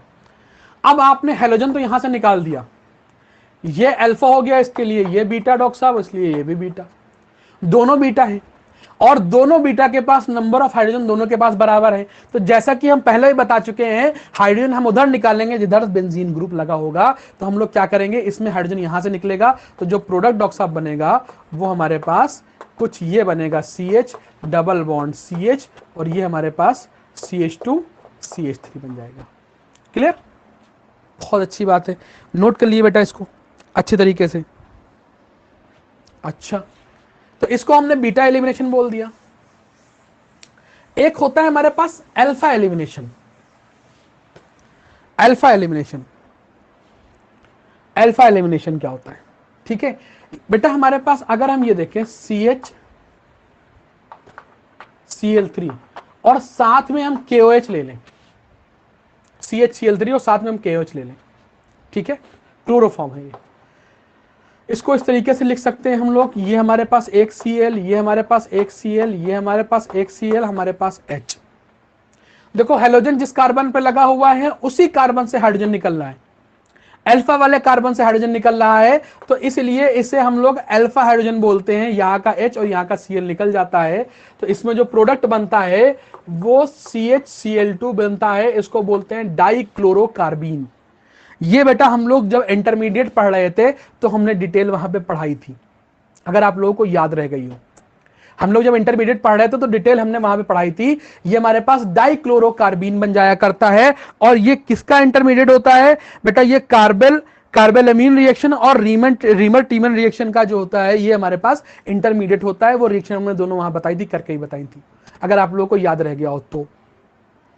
ठीक है, एक बार जाके जरूर देखिए फिर से। कार्बिन जो इंटरमीडिएट वाला पूरा एक हमारे पास जो है रिएक्शन इंटरमीडिएट का पूरा एक हमने लेक्चर बना के यूट्यूब पे पढ़ा है, आप लोग उसे देख सकते हैं। केमिकली साकिब रिएक्शन इंटरमीडिएट आप डालिएगा तो आपको वहां पर मिल जाएगा। क्लियर नहीं क्लियर? तो हमारे पास इसमें कार्बीन बन गया है और ये डाइक्लोरोकार्बीन बनता है। इसमें क्या होता है? Alpha elimination. ठीक है, बीटा एलिमिनेशन कहां होता है? एल्किल हैलाइड में होता है, एल्कोहलिक KOH की प्रेजेंस में। और यहां पर भी देखो क्या है, हमने KOH ले लिया और यहां पर हमारे पास क्या हुआ? अल्फा एलिमिनेशन हो गया। क्लियर? चले एक सवाल और आपसे पूछते हैं, देखिए आप लोगों की बुद्धि थोड़ी खुलती है कि नहीं खुलती है। सवाल आपसे पूछा जाएगा ये कि हमारे पास एक कंपाउंड ये है, ये है, यहां पर हमने एक हेलोजन लगा दिया है, कोई भी हेलोजन ले सकते हैं XYZ, और हमने यहां पर लिख दिया एल्कोहलिक KOH। अब एल्कोहलिक KOH देखा, देखो एल्कोहलिक KOH इतना स्पेसिफिक रिएजेंट है कि एल्कोहलिक KOH आपको कहीं भी दिख जाए, किसी और पे एक्ट ही नहीं करता सिवाय एल्किल हैलाइड के। एल्किल जो एल्कोहलिक KOH है ये सिवाय एल्किल हैलाइड के आपके कोर्स में किसी और पे एक्ट ही नहीं करता। अगर आपको एल्कोहलिक KOH कहीं पे दिख जाए तो आंख बंद करके आप बीटा एलिमिनेशन करा देंगे, और बहुत आसानी से ये सवाल, बहुत बढ़िया सवाल बनता है इस पे, और बहुत आसान सवाल होता है आपके लिए, तो आसान हो जाएगा। क्या करना है? हेलोजन को हटा देना है। ठीक, अब हेलोजन ये हटा तो ये वाला कार्बन तो अल्फा हुआ, और बीटा कौन सा हुआ? ये वाला और ये वाला। डॉक्टर साहब अगर देखोगे तो इस वाले कार्बन के 2 बॉन्ड बने हुए, मतलब इसके ऊपर 2 हाइड्रोजन है, और इस वाले कार्बन पे 3 बॉन्ड है, 1 2 3, मतलब इसके ऊपर 1 हाइड्रोजन बची है। तो अगर सडजेफ के हिसाब से जाएंगे तो आप प्रोडक्ट क्या बनाएंगे, आप हाइड्रोजन तो हटा चुके हैं, हाइड्रोजन आप वहां से हटाएंगे, जिसके पास लेस नंबर ऑफ हाइड्रोजन होगा तो आप यहां से हाइड्रोजन हटा देंगे, तो आपका प्रोडक्ट कुछ इस तरीके से बन जाएगा। ये डबल बॉन्ड यहां पर आ जाएगा, क्योंकि हाइड्रोजन यहां से हटा, हाइड्रोजन यहां से हटा, डबल बॉन्ड आ जाएगा, विच इज रॉन्ग। एक वैज्ञानिक थे ब्रेट्स, ब्रेट्स ने इसमें एक जो बेयर्स स्ट्रेन थ्योरी है उसको जो है आगे बढ़ाया, और उसके हिसाब से उन्होंने एक बात बताई। क्या बात बताई, हालांकि ब्रेट्स रूल हम पहले पढ़ा चुके हैं, आप लोग अगर जाके देखना चाहें तो आइसोमेरिज्म में हमने पढ़ाया, उसे देख सकते हैं। ब्रेट्स ने हमें यह बताया कि हमारे पास ये जो बना हुआ है इसे हम लोग बाईसाइक्लो बोलते हैं, समझिएगा अच्छी तरीके से, इसे हम लोग बाईसाइक्लो बोलते हैं, बाईसाइक्लो बोलते हैं। और उसके ऊपर जो ये वाले कार्बन होते हैं जहां पर ये जुड़ा हुआ होता है, इसे बोलते हैं ब्रिज हेड। क्या बोलते हैं उसे, ब्रिज हेड। इस कंपाउंड को बाईसाइक्लो बोलते हैं, और ये इनको क्या बोलते हैं, ब्रिज हेड। तो ब्रेट्स नाम के साइंटिस्ट ने हमें यह बताया कि जो ब्रिज हेड होगा वो कभी भी sp2 हाइब्रिडाइज नहीं हो सकता, ठीक है। उसकी वजह यह होती है कि अगर sp2 हाइब्रिडाइज हो जाएगा तो इस रिंग में स्ट्रेन आ जाएगा, जिसकी वजह से ये रिंग ब्रेक कर जाएगी, ये बाईसाइक्लो कंपाउंड ब्रेक कर जाएगा। तो इस वजह से बाईसाइक्लो कभी भी ब्रिज हेड पे sp2 हाइब्रिडाइज नहीं होता। अब sp2 हाइब्रिडाइज कैसे होगा, अगर डबल बॉन्ड यहां या यहां किसी भी तरीके से आ रहा है तो ये वाला कार्बन sp2 हाइब्रिडाइज हो जाएगा, जो कि इम्पॉसिबल है अकॉर्डिंग टू ब्रेट्स। क्यों, क्योंकि यहां पर sp2 हाइब्रिडाइज नहीं हो सकता। तो डबल बॉन्ड यहां पे नहीं आ सकता, यहां पे नहीं आ सकता, यहां पे नहीं आ सकता। क्लियर नहीं क्लियर। तो डबल बॉन्ड अगर यहां पे नहीं आ सकता तो मजबूरन यहां पर हाइड्रोजन हमें यहां से निकालना पड़ेगा। क्यों, अगर हमने यहां से हाइड्रोजन निकाल दिया तो प्रोडक्ट ये बनेगा, विच इज इम्पॉसिबल, क्योंकि ये रिंग में स्ट्रेन आएगा और ये रिंग ब्रेक कर जाएगा। क्लियर नहीं क्लियर। इसलिए हम लोग हाइड्रोजन यहां से निकालेंगे, डबल बॉन्ड यहां पर आ जाएगा, तो प्रोडक्ट ये नहीं बनेगा, प्रोडक्ट डॉक्टर साहब ये बन जाएगा। क्लियर नहीं क्लियर। चलें देखिए, इसको नोट करें, ठीक है। सवाल समझ में आ रहा है, देखो बहुत बढ़िया बढ़िया सवाल करा रहे हैं, वो सिंपल सिंपल सवाल करा रहे हैं, बिल्कुल आपको बिल्कुल अर्श से फर्श तक पहुंचा रहे हैं। एनसीईआरटी से उठाते हैं आपको, उसमें कुछ अच्छे सवाल भी करा दे रहे हैं आपको, ताकि आपका सब कुछ मेंटेन हो जाए, सब बैलेंस हो जाए। सब एनसीईआरटी की हेडिंग वाइज चल रहे हैं बेटा, आप लोग चेक करेंगे, आपको एनसीईआरटी की हेडिंग वाइज एक चीज मिलेगी। चलिए इसको नोट कर लीजिए, नोट हो गया, बहुत बढ़िया बात है। चले थर्ड हेडिंग हमारे पास आ जाती है। देखो दो हेडिंग पढ़ चुके हैं, अब यहां पे हम थर्ड हेडिंग पढ़ने जा रहे हैं।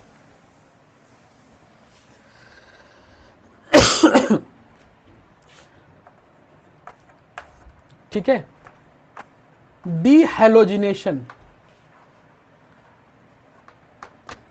हेलोजिनेशन। अब देखो डीहाइड्रो नहीं है, डीहेलोजिनेशन, हेलोजन को निकालना है, और कौन से हेलोजन होंगे, डाई हेलोजन, डाई हेलोजन निकालेंगे, ठीक है, जिसके पास डाई हेलोजन होंगे। अब डाई हेलोजन डॉक्टर साहब दो तरीके से हो सकते हैं, CH3 CH2 CH2 CH CH2, ठीक है। एक X इसके पास आ जाए, एक अच्छा पहले से देखते हैं, CH2 CH, एक ही कार्बन पे अगर दो X आ जाते हैं, एक ही कार्बन पे अगर दो X आ जाते हैं तो उसको हम लोग बोलते हैं जेम डाई हेलाइड।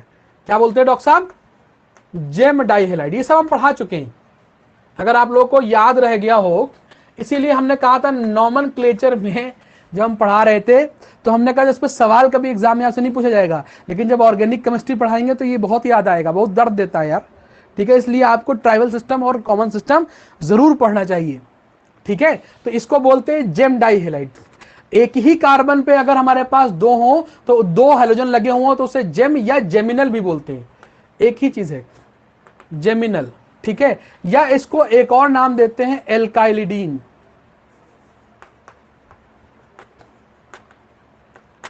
एल्काइलिडीन। क्या बोलते हैं बेटा इसको, एल्काइलिडीन, ठीक है। अगर हमारे पास जो हेलोजन है वो एडजेसेंट अगल बगल के कार्बन पे हो, तो एडजेसेंट को डॉक्टर साहब अंग्रेजी में बोलते हैं विसिनल। विसिनल का मतलब अगल बगल की पोजीशन होती है, आप लोगों ने पढ़ा होगा, उसको हम लोग बोलते हैं विसिनल, इसको हम लोग बोलते हैं जेमिनल, इसको हम लोग बोलते हैं विसिनल, या इसको हम लोग एक नाम और देते हैं विस डाइहेलाइड, विस डाइहेलाइड। ठीक है, एक और अल्फा ओमेगा होता है, आपके कोर्स में उतना है नहीं लेकिन हम उसको बताएंगे नहीं। अच्छा, इसको एल्काइलिडीन बोलते हैं, इसको एल्काइलिन बोलते हैं, LINE। ठीक है, ये हमारे पास अगर विस है तो उसको एल्काइलिन बोलते हैं, और अगर जेम है तो इसको एल्काइलिडीन बोलते हैं। ठीक, बात समझ में आई, नाम समझ में आया, बहुत बढ़िया।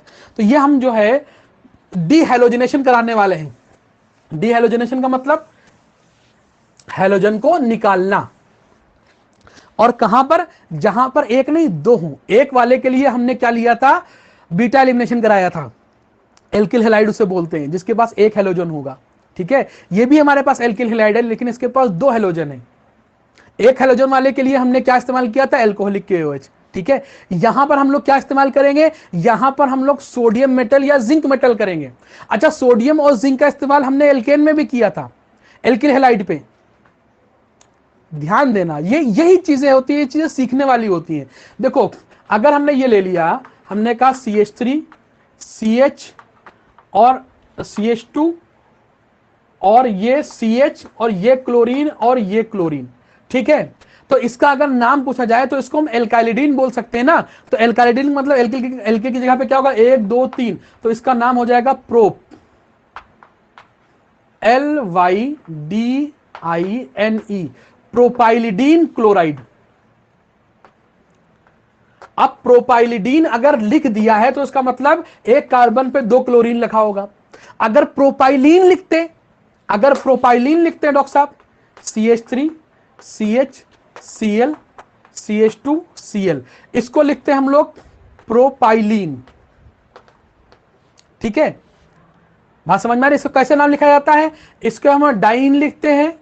ठीक है, जो हमारे पास रूट वर्ड होगा, ध्यान देना, रूट वर्ड प्लस आइल और प्लस इसमें क्या लिखते हैं, डाइन। ठीक है, और इस वाले में क्या लिखते हैं बेटा, रूट वर्ड लिखते हैं प्लस आइल लिखते हैं, और इसमें क्या लिखता है, INE, आइन। बस ये बात आप ध्यान रखना। तो अगर एक ही कार्बन पे 2 हेलोजन है तो रूट वर्ड क्या हुआ, 1 2 3, 3 कार्बन का प्रोप, और उसमें क्या जोड़ा, आइल। देखो, हमने इस बहुत अच्छे तरीके से ये सारा ट्राइबल सिस्टम पढ़ाया था ताकि आपको कहीं पे कोई दिक्कत ना आने पाए। तो ये प्रोपाइल और डाइन उसमें जोड़ेंगे तो क्या हो जाएगा, प्रोपाइलिडीन। ठीक है, प्रोपाइलिडीन हो जाएगा। इसको हम लोग क्या बोल सकते हैं, हमारे पास रूट वर्ड होगा 1 2 3 प्रोप, और साथ में क्या जोड़ा, आइल, और साथ में क्या जोड़ा, INE। तो अगर डाई हेलाइड है तो या तो वो आइडीन होगा या आइन होगा। अगर आइडीन हो, डाइन होगा तो डाइन में एक ही कार्बन पे 2 क्लोरीन लगे होंगे। अगर सिर्फ INE आइन होगा तो एडजेसेंट पे 2 हाइड्रोजन लगे होंगे। क्लियर नहीं क्लियर? चलिए, ये तो नाम की बात हो गई। चलें, ये आप लोग नोट कर लीजिएगा, नाम तो आप लोगों को मालूम ही हो चल गया। अब नाम की बात नहीं करेंगे, अब काम की बात करेंगे। देखो, अगर इसमें हमने सोडियम डाल दिया तो सोडियम क्या करता है, इससे यहां से हेलोजन निकाल लेगा। ध्यान देना, सोडियम ने हेलोजन कहीं और से निकाला भी था, याद नहीं आते, एल्किल है, जहां पर एक क्लोरीन लगा हुआ था, एक हेलोजन लगा हुआ था, उसको हम लोगों ने वुड्स कहा था। और अगर इसमें हमने जिंक ले लेना था तो वहां पर हमने इसको क्या बोला था, फ्रैंकलैंड बोला था। तो वो हमारे पास क्या था, मोनो हेलोजन के लिए था, ये हमारे पास डाई हेलोजन के लिए है। डाई हेलोजन मतलब ये सोडियम इस क्लोरीन को निकालेगा और इस क्लोरीन को भी निकालेगा। तो एक सोडियम एक क्लोरीन को निकालता है तो 2 सोडियम हम लेते हैं, जबकि Zn की वैलेंसी 2 होती है तो एक Zn से दोनों क्लोरीन निकल सकते हैं। क्लियर नहीं क्लियर? तो यहां पर हम लोग Zn या सोडियम का इस्तेमाल करते हैं डाई हेलोजन को निकालने के लिए। डाई हेलोजन को निकालने के लिए किसका इस्तेमाल करते हैं बेटा, Zn का या सोडियम का। सोडियम 2 लगेंगे, Zn 1 लगता है, और दोनों हेलोजन यहां से निकल जाया करते हैं। क्लियर नहीं क्लियर? ठीक है, 2 हेलोजन यहां से निकल जाएंगे और यहां से इसमें जो है इनके बीच में एक बॉन्ड बन जाएगा। तो जो प्रोडक्ट बनेगा वो CH3 बनेगा, CH, इसके पास एक H कम हो जाएगा, इसके पास आ जाएगा तो CH डबल बॉन्ड CH2 हो जाएगा। तो जो ये प्रोडक्ट बना, ये हमारे पास क्या बना, प्रोपीन बन गया। अच्छा, अगर हमारे पास विस डाई हेलाइड है तब भी यही काम होना है। मान लिया 2 सोडियम हमने यहां पे ले लिए, तो वो दोनों हैलोजन को यहां से निकाल ले जाएगा और यहां पर क्या आ जाएगा, उन दोनों के बीच में, दोनों कार्बन के बीच में क्या हो जाएगा, एक डबल बॉन्ड आ जाएगा, CH3 बन गया, CH बन गया, डबल बॉन्ड CH2 बन गया, ये भी हमारे पास प्रोपीन तैयार हो गया। ठीक है, तो ध्यान देना यहां से दोनों हाइड्रोजन निकल जाएंगे, एक H यहां से यहां पहुंच जाएगा, तब यहां पर डबल बॉन्ड लगाना। क्लियर नहीं क्लियर? यहां पर एक H कम कर देना, यहां पर एक H बढ़ा देना और डबल बॉन्ड लगा देना। ठीक, तो ये भी हमारे पास क्या बन गया, एल्कीन बना रहे हैं। ठीक है, एल्कीन हमने कहां कहां से बनाया, डिहाइड्रेशन से बनाया, डिहाइड्रोहेलोजिनेशन से बनाया, डीहेलोजिनेशन से बनाया। क्लियर नहीं क्लियर? डिहाइड्रेशन में हमने कंसंट्रेटेड H2SO4 लिया, मेन रिएजेंट बता रहे हैं।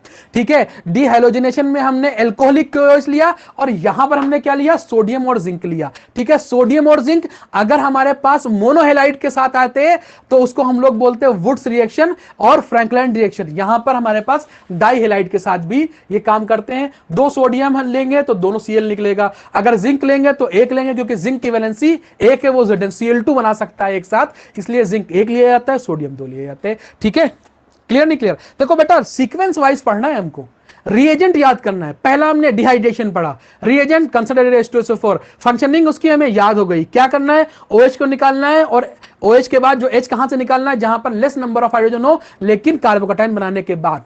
अगर प्राइमरी है तो उसे सेकेंडरी कर देंगे, सेकेंडरी है तो उसे टर्शरी कर देंगे। क्लियर नहीं क्लियर? बीटा एलिमिनेशन किस कौन कराता है, एल्कोहलिक के OH, हाइड्रोजन निकालेंगे और हम लोग बीटा पोजीशन से हाइड्रोजन निकाल लेंगे। लेकिन अगर हमारे पास 2 बीटा हो तो हम हाइड्रोजन उस बीटा से निकालेंगे जिसके पास लेस नंबर ऑफ हाइड्रोजन हो, सर ने हमें बताया था। ये भी हमारे पास हो गया। सिंपल सिंपल चीजें हैं, देखो शॉर्ट में आप ये सब चीजें याद करना है। दूसरी बात, अगर आपके पास डाई हेलोजन हो, उससे आपको एल्कीन बनाना है तो क्या करना है, डाई हेलोजन पे एक्ट कौन करता है, हमारे पास मेटल करता है, सोडियम और जिंक करता है। क्लियर?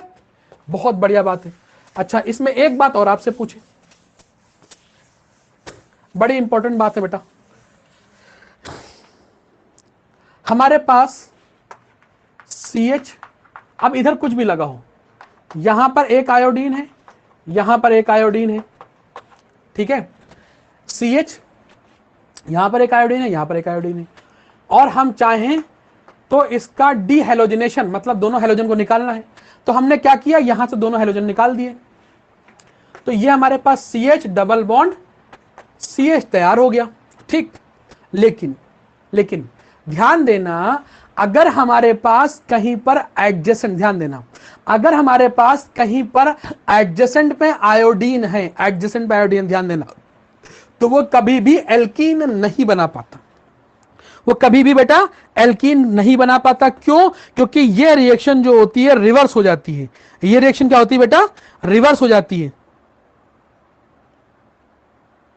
अच्छा, एक मिनट, यहां पर ये गड़बड़ हो गया, ये यहां पर इसको उल्टा बताएंगे, वहां पे, यहां पे नहीं बताएंगे, इसको यहां से मिटा देते हैं। चलो, ये एडिशन में रिएक्शन है, सॉरी वेरी सॉरी, ये रिएक्शन एडिशन में है।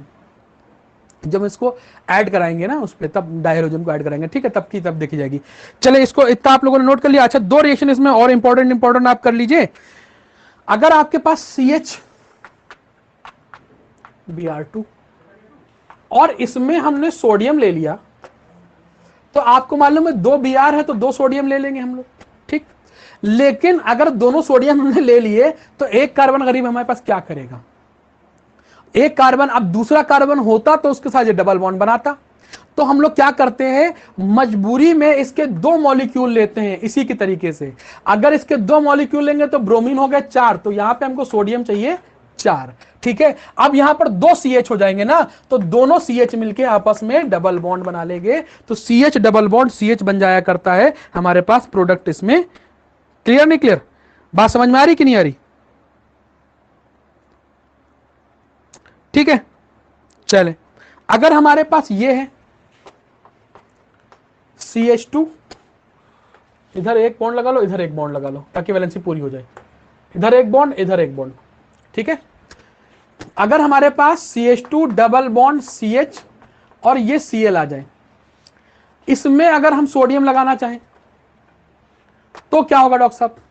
भाई सोडियम जो है वो तो क्लोरीन को निकाल ले जाएगा, हमारे पास एक ही सोडियम है और एक क्लोरीन निकाल ले जाएगा। ये तुमको बड़ा आसान लग रहा होगा, लेकिन नहीं, इसके भी क्या करते हैं, 2 मॉलिक्यूल ले जाते हैं। ध्यान देना, इसको तुम लोग जो हो सवाल गलत करके आओगे। कैसे गलत करके आओगे, तुम लोग एक सोडियम एक क्लोरीन को निकाल दोगे तो हमारे पास ये अकेला बच जाएगा ना, ये किसके साथ और बॉन्ड बनाएगा जाके। ठीक है, बात समझे रहना। इस वजह से इसके जैसे 2 मॉलिक्यूल ले जाएंगे तो 2 सोडियम लेके दोनों क्लोरीन निकल जाएगा, तो यहां पर जो प्रोडक्ट बनेगा वो CH3 डबल बॉन्ड CH, और फिर इसी का जैसा जब बनेगा मिरर इमेज इसकी बनेगी तो यहां पर CH और डबल बॉन्ड CH2, ये हमारे पास प्रोडक्ट शुरू हो जाएगा। इसको बोलते हैं 1,3 डाई ब्यूटाडीन। ठीक है, 1,3 डाई ब्यूटाडीन। ठीक है, चल ये भी आप लोगों ने देख लिया, कर लिया, तो ये भी आपके पास समझ में आ गया कि डीहाइलोजिनेशन किसका कराते हैं। डीहाइलोजिनेशन अगर हमारे पास CH-Pr2 या एक ही कार्बन का हो तो कैसे कराते हैं, और अगर हमारे पास एक हमारे पास विनाइल ब्रोमाइड था, विनाइल ब्रोमाइड, हाँ विनाइल क्लोराइड था ये वाला। ठीक है, तो विनाइल क्लोराइड का कैसे कराया ये भी हमने देख लिया। अब हेडिंग लगा लीजिए 4th नंबर पर, 4th नंबर पर हेडिंग लगा लीजिए partial hydrogenation of alkyne. Alkyne, हमको एल्काइन का पार्शियल हाइड्रोजनेशन कराना है। भाई एल्काइन हमारे पास क्या हुआ, यही तो है एल्काइन हमारे पास।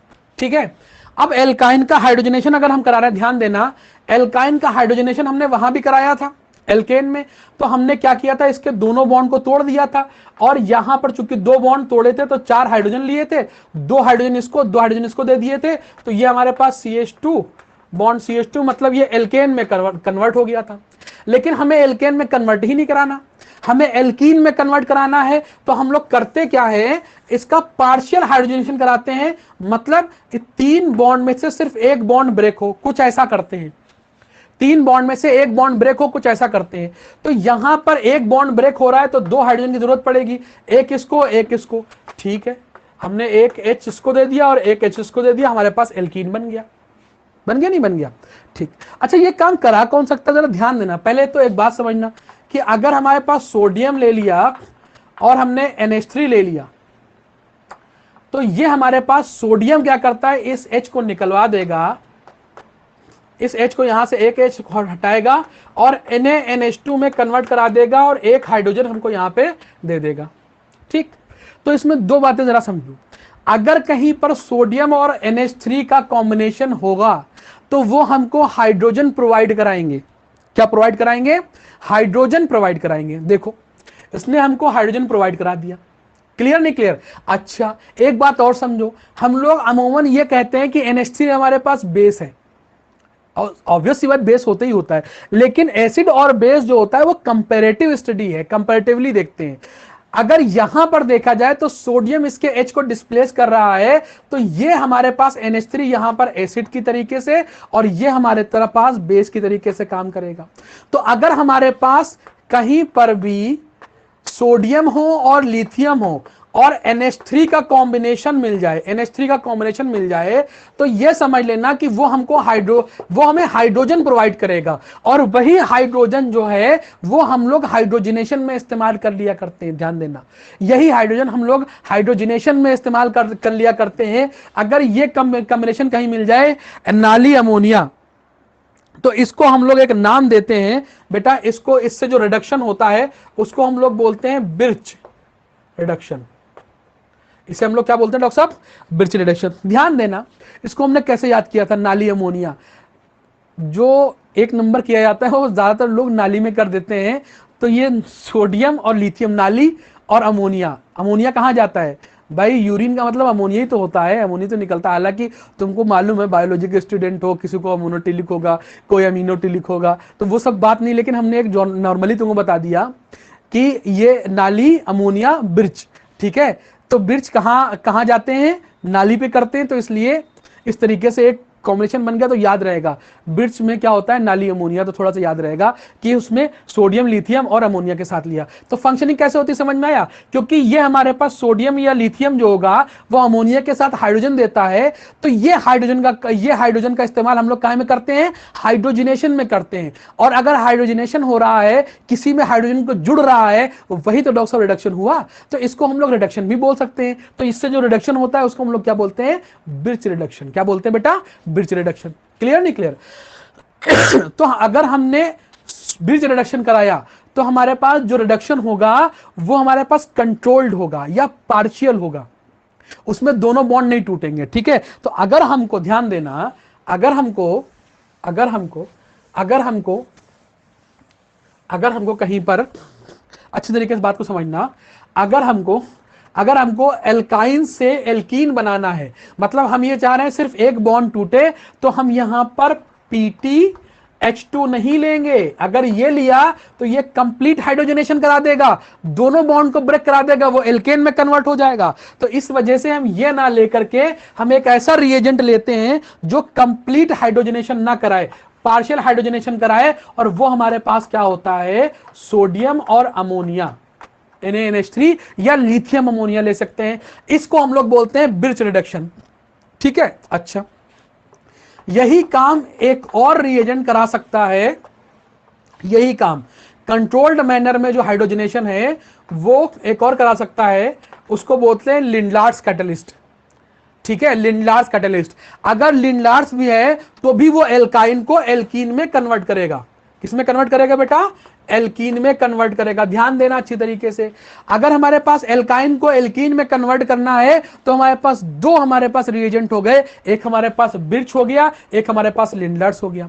अच्छा, यहां पर एल्कीन बन रहा है, यहां पर भी एल्कीन बन रहा है, तो एल्कीन दो तरीके के हो सकते हैं, सिस या ट्रांस। देखो लिंडलार्स वाला जो होता है वो हमारे पास सिस एल्कीन बनाएगा। कौन सा बनाएगा, याद करने का तरीका कैसा है, देखो इसमें एस आता है लास्ट में, लिंडलार्स आता है ना, तो उससे सिस तुम याद रहेगा, तुम्हें लिंडलार्स से सिस याद रहेगा, और जो बिर्च होगा वो तो ट्रांस बनाएगा, उसका अपोजिट बना देगा। तो अगर हमारे पास बिर्च और लिंडलार्स में कंपैरिजन कराया जाए तो बिर्च वाला जो है वो ट्रांस एल्कीन बनाता है, जबकि लिंडलार्स जो होता है वो हमारे पास सिस एल्कीन बनाता है। ध्यान समझ में आ रहा है, रिएजेंट याद करना है, ध्यान देना, रिएजेंट याद करना है। एग्जाम में आपको लिंडलार्स लिख के देगा, उसमें रिएक्शन पे आपको यहां पर जो है सोडियम NH3 लिख के देगा, बिर्च लिख के देगा। क्लियर, कोई डाउट तो नहीं आ रहा है? देखो रिएजेंट अगर आप याद करेंगे तो मजा आएगा पढ़ने में, रिएजेंट नहीं याद कर रहे तो पढ़ने में कोई भी मजा नहीं आने वाला। क्लियर, ठीक, चलिए इसे नोट करिए बेटा, फटाफट आगे बढ़िए। चलो अब यहां पर हेडिंग नंबर 5 आ जाते हैं। आज ये लास्ट हेडिंग पढ़ लेते हैं, 5वीं वाली, फिर उसके बाद जो है इसमें छोटी छोटी हेडिंग्स है, इसके आगे भी छोटी छोटी हेडिंग्स है, मजा आएगा। 5वें पे आप हेडिंग डालिए ऑक्सीडेशन। अब देखो इसमें ए नंबर दो तरीके से ऑक्सीडेशन हो जाएगा। 5वें नंबर पे ऑक्सीडेशन दो तरीके से पढ़ेंगे, एक ए पे ऑक्सीडेशन पढ़ेंगे और बी पे पढ़ेंगे ऑक्सीडेटिव ऑक्सीडेशन। दो तरीके का ऑक्सीडेशन पढ़ेंगे, ठीक है। अच्छा, ये ऑक्सीडेशन कराता कौन है, एक रिएजेंट होता है बेयर्स रिएजेंट, ठीक है। अब डॉक्टर साहब बेयर्स रिएजेंट क्या होता है पहले ये जानिए। ये होता है 1%, ध्यान देना, 1% एल्कलाइन कोल्ड KMnO4। ध्यान देना, पूछा जाए बेयर्स रिएजेंट क्या होता है तो वो हमारे पास होता है 1% एल्कलाइन कोल्ड, या कोल्ड 1% एल्कलाइन कैसे भी बोल सकते हो, KMnO4। तो अगर KMnO4 है वो कोल्ड है, साथ में 1% एल्कलाइन है, तो उसको हम लोग बोल देते हैं डॉक्टर साहब बेयर्स रिएजेंट। क्या बोलते हैं उसे, बेयर्स। पहले तो एक बात ही हो गई। देखो इसका एक काम ये होता है, ये टेस्ट करवाता है, ये हमको टेस्ट ऑफ अनसैचुरेशन देता है। अनसैचुरेशन। देखो टेस्ट ऑफ अनसैचुरेशन जहां जहां पे दिया जाएगा वहां वहां बताया जाएगा, कई जगह पे टेस्ट ऑफ अनसैचुरेशन आपको मिलेगा। ठीक है, तो पहले यहां पर ये भी टेस्ट ऑफ अनसैचुरेशन देता है, आपके बाद Br2 और CCl4 भी टेस्ट ऑफ अनसैचुरेशन देता है, तो कई जगह पे टेस्ट ऑफ अनसैचुरेशन आपको मिलेगा, तो हम हर जगह पे बताते रहेंगे। अब टेस्ट ऑफ अनसैचुरेशन होता क्या है? देखो अनसैचुरेशन का मतलब डबल बॉन्ड या ट्रिपल बॉन्ड। अब कोई बच्चा भागता हुआ आया, मान लिया कोई हमारे पास अपनी कोचिंग का कोई आ गया, अमन, अदनान या जुल्कदर या साहिल वगैरह कोई भागता हुआ आया, या अपना पुराना वाला मोहसिन या अपना लंबा वाला वो आ गया, ठीक है, या कोई लड़कियों में भी आ गया, हम नाम नहीं लेंगे किसी का, बट कोई भी अगर हमारे अरीब, लंबा वाला अरीब, या कोई और अभिषेक आ गया, आकाश आ गए, कोई भी भागते हुए चले आए हमारे पास, अमन पाल आ गए हमारे पास, जो है मिश्रा जी आ गए, अमन गुप्ता, कोई भी, मतलब एक बच्चा, सबके सबके नाम क्या लें यहाँ पर, ठीक है। वैसे आज हमारे बहुत खुश हैं क्योंकि आज हमारे पढ़ाए हुए बच्चे बहुत ज़्यादा ब्रिलियंट मार्क्स लेके आए हैं, जो 12th में जिन्हें हमने पढ़ाया था। तो इतना, हालांकि उन पे हमको पहले से ही यकीन था, हम पहले से बताया करते थे, वो पहले से ही IIT और समझो JEE क्रैक किए हुए हैं। अभी से उन लोगों ने अपियरिंग में ही उनका जो है उसमें JEE मेंस में हो चुका है सिलेक्शन, एडवांस देने की तैयारी कर रहे हैं। तो पढ़ाने में खैर उनको बहुत मज़ा आया, उन बच्चों ने हमारा बहुत नाम ऊपर किया। बस आप लोगों से भी इतनी उम्मीद है कि आप लोग भी हमारा नाम और ज़्यादा फेमस करें और ज़्यादा लोगों तक पहुँचाएँ, और यही हमारे लिए सबसे बड़ा रिवार्ड है। हम बार बार कहते हैं कि सबसे बड़ा रिवार्ड यही है कि आप लोग सफलता पा जाए, सक्सेस हो जाए, बस इससे बड़ा हमारे पास कोई रिवार्ड नहीं है। तो हम जो बच्चे जो लेके आए हैं मार्क्स, हालांकि एग्जाम नहीं हुआ है, इंटरनल एग्जाम, लेकिन उनका जो है, जो वो 10th में थे तब भी वो केमिस्ट्री में 100 में से 100 लेके आए थे, तब भी उन्होंने इतने अच्छे मार्क्स लेके आए थे। और जो इंटरनल एग्जाम हुए हैं उनमें मार्क्स कम दिए जाते हैं, ये आप सबको मालूम है, उसके बावजूद जो बच्चे हैं वो 99%, 99.75%, 97, 98% तक लेके आए हैं। तो बहुत ज़्यादा अंदर से आज हमको खुशी मिल रही है पढ़ाने में, इसलिए थोड़ा सा और मज़ा आ रहा है हमको। चले खैर, बहरहाल आपको बताते हैं। अब टेस्ट ऑफ अनसैचुरेशन हमको कराना है, तो कैसे कराएंगे? मान लिया हमारे पास कोई बच्चा भाग के आया कोचिंग में, कि सर ये बताइए कि ये हमारे पास हाइड्रोकार्बन है। अब हाइड्रोकार्बन कौन कौन से हो सकते हैं? Alkane, alkene, alkyne. तो हमारे पास एल्कीन और एल्काइन जो होगा वो अनसैचुरेटेड है, और जो एल्केन है वो सैचुरेटेड है। तो उसने हमसे सिर्फ ये पूछा, ये बताइए कि सर इसमें सैचुरेटेड हाइड्रोकार्बन है या अनसैचुरेटेड है? तो हमने कर ले आओ। तो हमारे पास KMnO4 था। KMnO4 का अपना एक स्पेसिफिक कलर होता है, ठीक है। तो हमने क्या किया, हमने जो कंपाउंड लेके आया था, हाइड्रोकार्बन लेके आया था, वो हमने KMnO4 में डाल दिया, और KMnO4 को हिलाया, पर्पल कलर देखा उसका। तो अगर उसका वो जो कलर है, कलर को वो डीकलराइज कर दे रहा है, वो कलर जो था KMnO4 का जो कलर था वो चला गया, डीकलराइज हो गया, तो फिर हम कहेंगे कि इसमें अनसैचुरेटेड हाइड्रोकार्बन है। और अगर उसमें जो है वो कलर मेंटेन रहा, बरकरार रहा, तो हम लोग ये कह देंगे कि उसमें कोई भी अनसैचुरेटेड हाइड्रोकार्बन नहीं। मान लिया हमारे पास एक सैंपल था, जो हमारे पास सैंपल वो लेके आया, कोई भी हाइड्रोकार्बन लेके आया, वो हाइड्रोकार्बन लेके आया, देखो हाइड्रोकार्बन लेके आया लड़का, और उसमें हमने ये KMnO4 जो ऊपर वाला बेयर्स रिएजेंट डाल दिया, ठीक है। कौन सा? अब इसको हम पूरा ना लिख के कोल्ड हमेशा लिखा करेंगे, कोल्ड KMnO4 लिखा कर, पूरा हम 1% एल्कलाइन ना लिख के कोल्ड KMnO4 लिखेंगे।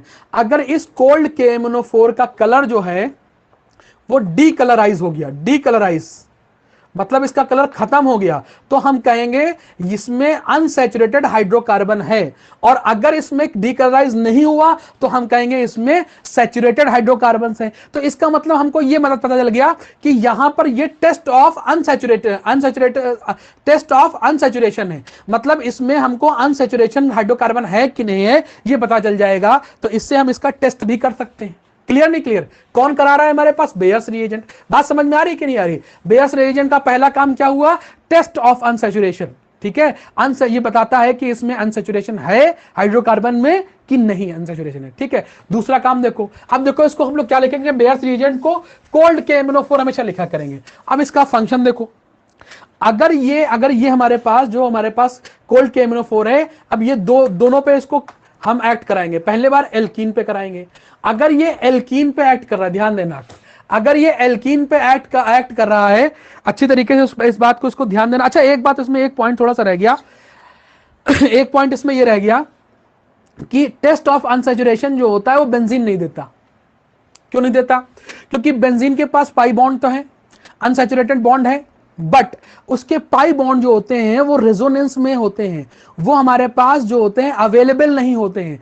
तो अगर पूछा जाए एल्कीन या एल्काइन टेस्ट ऑफ अनसैचुरेशन देता है, जाहिर सी बात है उसमें डबल बॉन्ड ट्रिपल बॉन्ड है वो देंगे, ठीक है। लेकिन बेंजीन नहीं देता, क्यों? क्योंकि उसके पाई बॉन्ड जो होते हैं वो कहां होते हैं? रेजोनेंस में बिजी होते हैं। ये बात अच्छी तरीके से कहीं नोट डाउन कर लीजिएगा, टेस्ट ऑफ अनसैचुरेशन बेंजीन नहीं देता।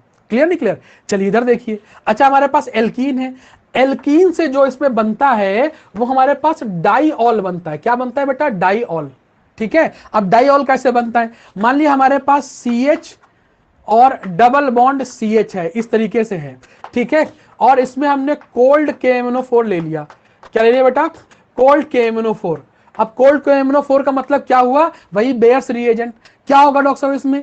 जो इसमें बन के आएगा वो यहां पर एक OH लगा दोगे और बॉन्ड ब्रेक करके एक OH यहां पे लगा दोगे, तो ये हमारे पास क्या बन गया? डाईऑल बन गया। क्लियर नहीं क्लियर बेटा? ये हमारे पास क्या बन गया? डाईऑल बन गया। कोई डाउट? बात समझ में आ रही कि नहीं आ रही?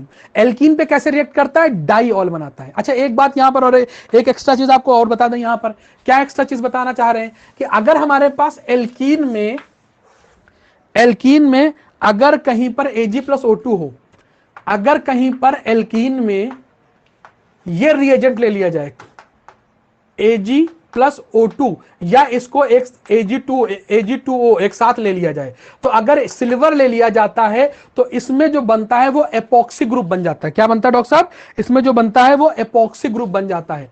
अच्छा, एपॉक्सी क्या होता है? एपॉक्सी ये होता है, देखो ऊपर ऑक्सीजन लग जाता है और दोनों कार्बन पे ऑक्सीजन, यहां से बॉन्ड ब्रेक होगा और ऑक्सीजन दोनों कार्बन में जुड़ जाएगा, तो इसको हम लोग क्या बोलते हैं? एपॉक्सी बन जाता है, ठीक है। ये हमने एडिशनल बात बताई। तो हमने KMnO4 पढ़ रहे थे, और कौन सा KMnO4? Cold KMnO4। Cold KMnO4 अगर एल्कीन पे रिएक्ट करेगा तो वो डाईऑल बनाएगा। क्या बनाएगा डॉक्टर साहब? डाईऑल बनाएगा। क्या बनाएगा?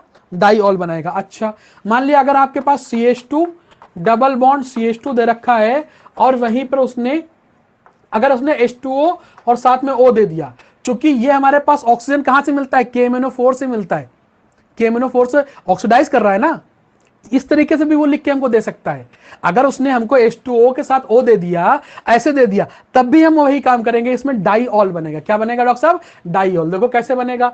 CH2 इस पे OH और यहां पर भी CH2, यहां पर भी OH, तो इस डाईऑल को हम ग्लाइकॉल भी बोलते हैं। ये भी पहले बता चुके हैं हम कई बार कि अगर OH अगर एक OH लगा है तो वो नॉर्मल एल्कोहल, अगर एडजेसेंट पे 2 OH लगे हैं तो उसे हम लोग ग्लाइकॉल बोलते हैं, और अगर एडजेसेंट पे 3 एल्कोहल लगे हैं, 3 कार्बन पे एक बाय वन करके जो है एल्कोहल लगे हैं, तो उसे ग्लिसरॉल बोला करते हैं। क्लियर? बात समझ में आ गई बेटा? चलिए, ये हमारे पास क्या है? Bears reagent. क्या होता है? कोल्ड KMnO4, ठीक। अच्छा, अगर हमारे पास एल्काइन हो, देखो एल्काइन जो है हमारे पास दो तरीके की होती है। एक हमारे पास जो फर्स्ट एल्काइन होती है वो हमारे पास टर्मिनल एल्काइन होती है, टर्मिनल होती है। तो टर्मिनल एल्काइन कौन सी थी? जैसे मान लिया R हो गया, CH हो गया, और CH2, C triple bond CH, ये हो गया। ध्यान देना, अगर इसमें हमने KMnO4 डाल दिया, कौन सा? Cold KMnO4, cold KMnO4। अच्छा, कोल्ड KMnO4 क्या होता है बेटा? जल्दी बताओ, कोल्ड KMnO4 क्या होता है? हमारे पास बेयर्स रिएजेंट होता है। तो इसमें होता क्या है कि यहां से ये बॉन्ड टूट जाएगा। अगर टर्मिनल है तो टर्मिनल में लास्ट वाले कार्बन को हटाओ, जो लास्ट वाला कार्बन होगा वो हमेशा CO2 प्लस वाटर देगा। हम यहां पे CO2 लिखे दे रहे हैं। क्लियर नहीं क्लियर? क्योंकि अगर इसका हम ऑक्सीडेशन कराएंगे तो कार्बन का ऑक्सीडेशन कराएंगे तो क्या बनेगा? CO2, और हाइड्रोजन इसका होगा तो वाटर बन जाएगा। क्लियर नहीं क्लियर? बात समझ में आ रही है? इसमें HCHO एक कार्बन का एसिड नहीं बनता, वो ब्रेक हो जाता है किसमें? CO2 प्लस वाटर में। तो आप CO2 जाने, तो इससे CO2 निकलेगा, और साथ में क्या निकलेगा? इस वाले कार्बन को वो एसिड में कन्वर्ट कर देगा, तो RCH2 और COOH में कन्वर्ट हो जाएगा। लेकिन अगर यहीं पर भी हमारे पास टर्मिनल एल्काइन नहीं है, हमारे पास मिड एल्काइन है, ये देखो, तो वो हमारे पास क्या बनाता है? अगर हमारे पास मिड एल्काइन है, यही कोल्ड KMnO4 क्या करता है, डाईओन बना दिया करता है। क्या बनाएगा बेटा, डाईओन। डाई, दो, ओन का मतलब डबल बॉन्ड ऑक्सीजन। तो यहां से ये दोनों बॉन्ड ब्रेक हो जाएंगे, और ब्रेक कराने के बाद ये टूटेगा नहीं, पूरी तरीके से टूटेगा नहीं, ये हमारे पास क्या डॉक्टर साहब बना देगा, डाईओन बना दिया करता है। एडजेसेंट पे दो कीटोनिक ग्रुप आ जाया करते हैं। तो कोल्ड KMnO4 अगर एल्कीन पे एक्ट करता है, ध्यान देना, बेयर्स रिएजेंट, बेयर्स रिएजेंट का काम क्या होता है, सबसे पहले टेस्ट ऑफ अनसैचुरेशन देता है। अगर डीकलराइज हो गया तो मतलब उसमें अनसैचुरेशन है, अगर डीकलराइज नहीं हुआ तो अनसैचुरेशन नहीं है। अगर वो एल्कीन पे एक्ट करता है तो वो हमारे पास डाईऑल बनाया करता है, दो एल्कोहल लगाया करता है, बॉन्ड को एक बॉन्ड, वो बॉन्ड ब्रेक करा देंगे और उस पे दोनों पे एल्कोहल लगा देंगे। अगर एल्काइन पे एक्ट करेगा तो वो डाईओन बनाएगा। लेकिन अगर हमारे पास टर्मिनल एल्काइन है, अगर हमारे पास टर्मिनल एल्काइन है तो ध्यान देना, टर्मिनल एल्काइन में से क्या होगा, लास्ट वाले कार्बन को हम निकाल देंगे, उसको CO2 में कन्वर्ट कर देंगे, उससे पहले वाले को एसिड में कन्वर्ट कर देंगे। ये बात आपको सारी याद होनी चाहिए, पॉइंट्स आपको टिप पे होने चाहिए ना, कि कोल्ड KMnO4 काम करता है, एल्कीन को डाईऑल में कन्वर्ट कर देता है, ठीक है मालूम है। एल्काइन अगर हो गया तो उसे डाईओन में कन्वर्ट कर देता है। लेकिन अगर एल्काइन टर्मिनल है तो टर्मिनल वाला कार्बन जो है वो निकल के CO2 और बना देता है, और हमारे पास जो पहला वाला होता है वो हमारे पास एसिड बना देता है। क्लियर, उससे पहले वाला जो कार्बन बचता है, मतलब और जो चेन वाला कार्बन होता है वो एसिड बना देता है, और टर्मिनल वाला CO2 बना देता है। कितना आसान है, चलिए इसे नोट कर लिए बेटा।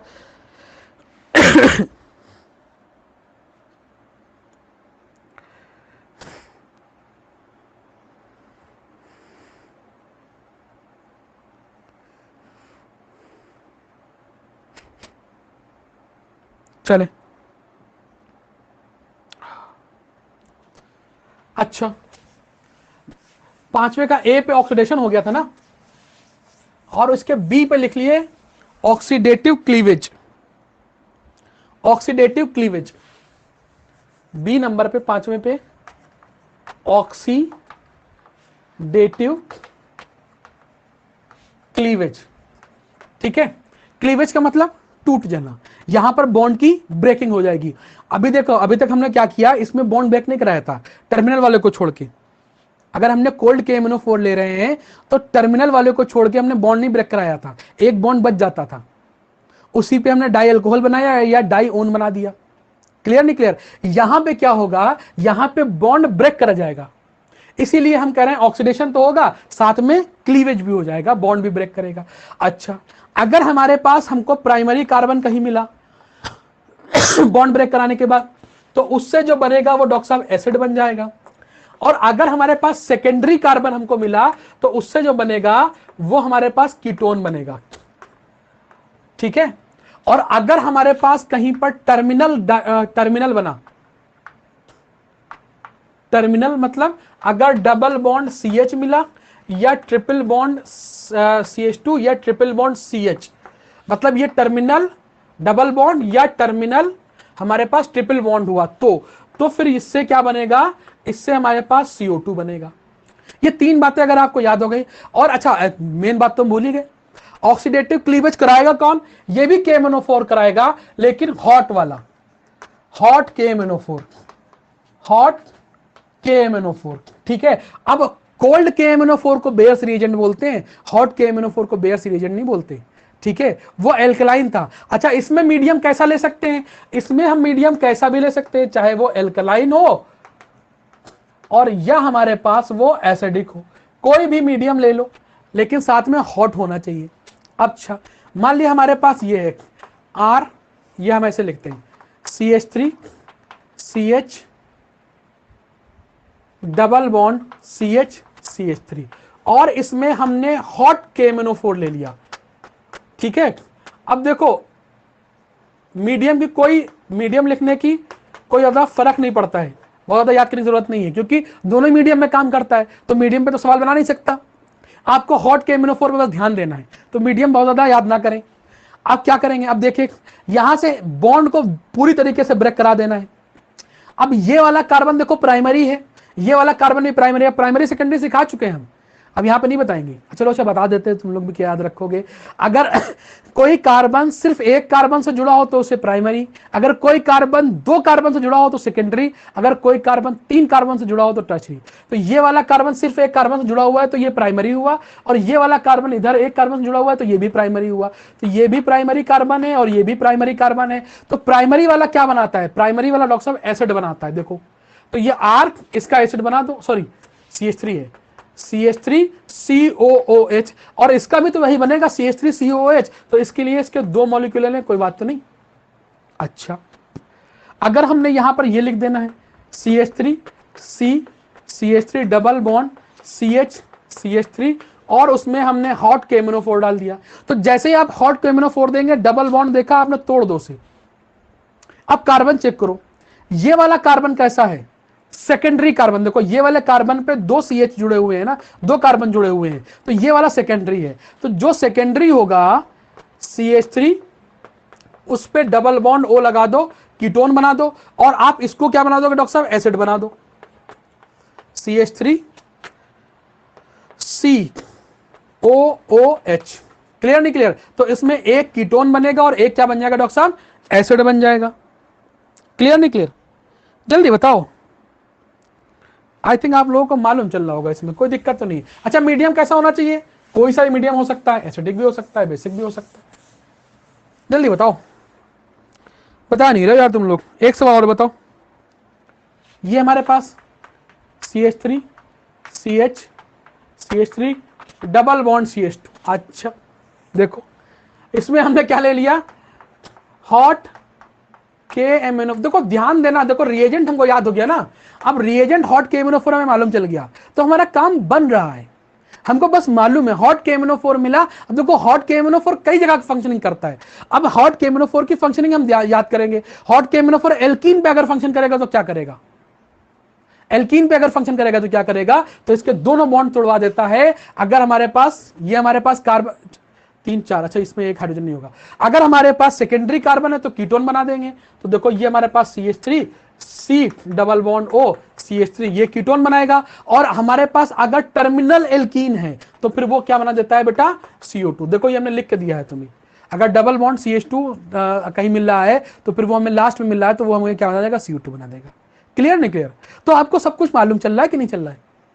आपने अभी तक क्या क्या पढ़ा, बहुत ज्यादा नहीं पढ़ा, 5 हेडिंग पढ़ी। पहले नंबर पे डिहाइड्रेशन, दूसरे नंबर पर डिहाइड्रोहेलोजिनेशन, तीसरे नंबर पर डिहेलोजिनेशन, और चौथे नंबर पे आपने 3 नंबर पे डिहेलोजिनेशन, हाँ 4 नंबर पे आपने क्या पढ़ा था, एक बार चेक कर लेते हैं।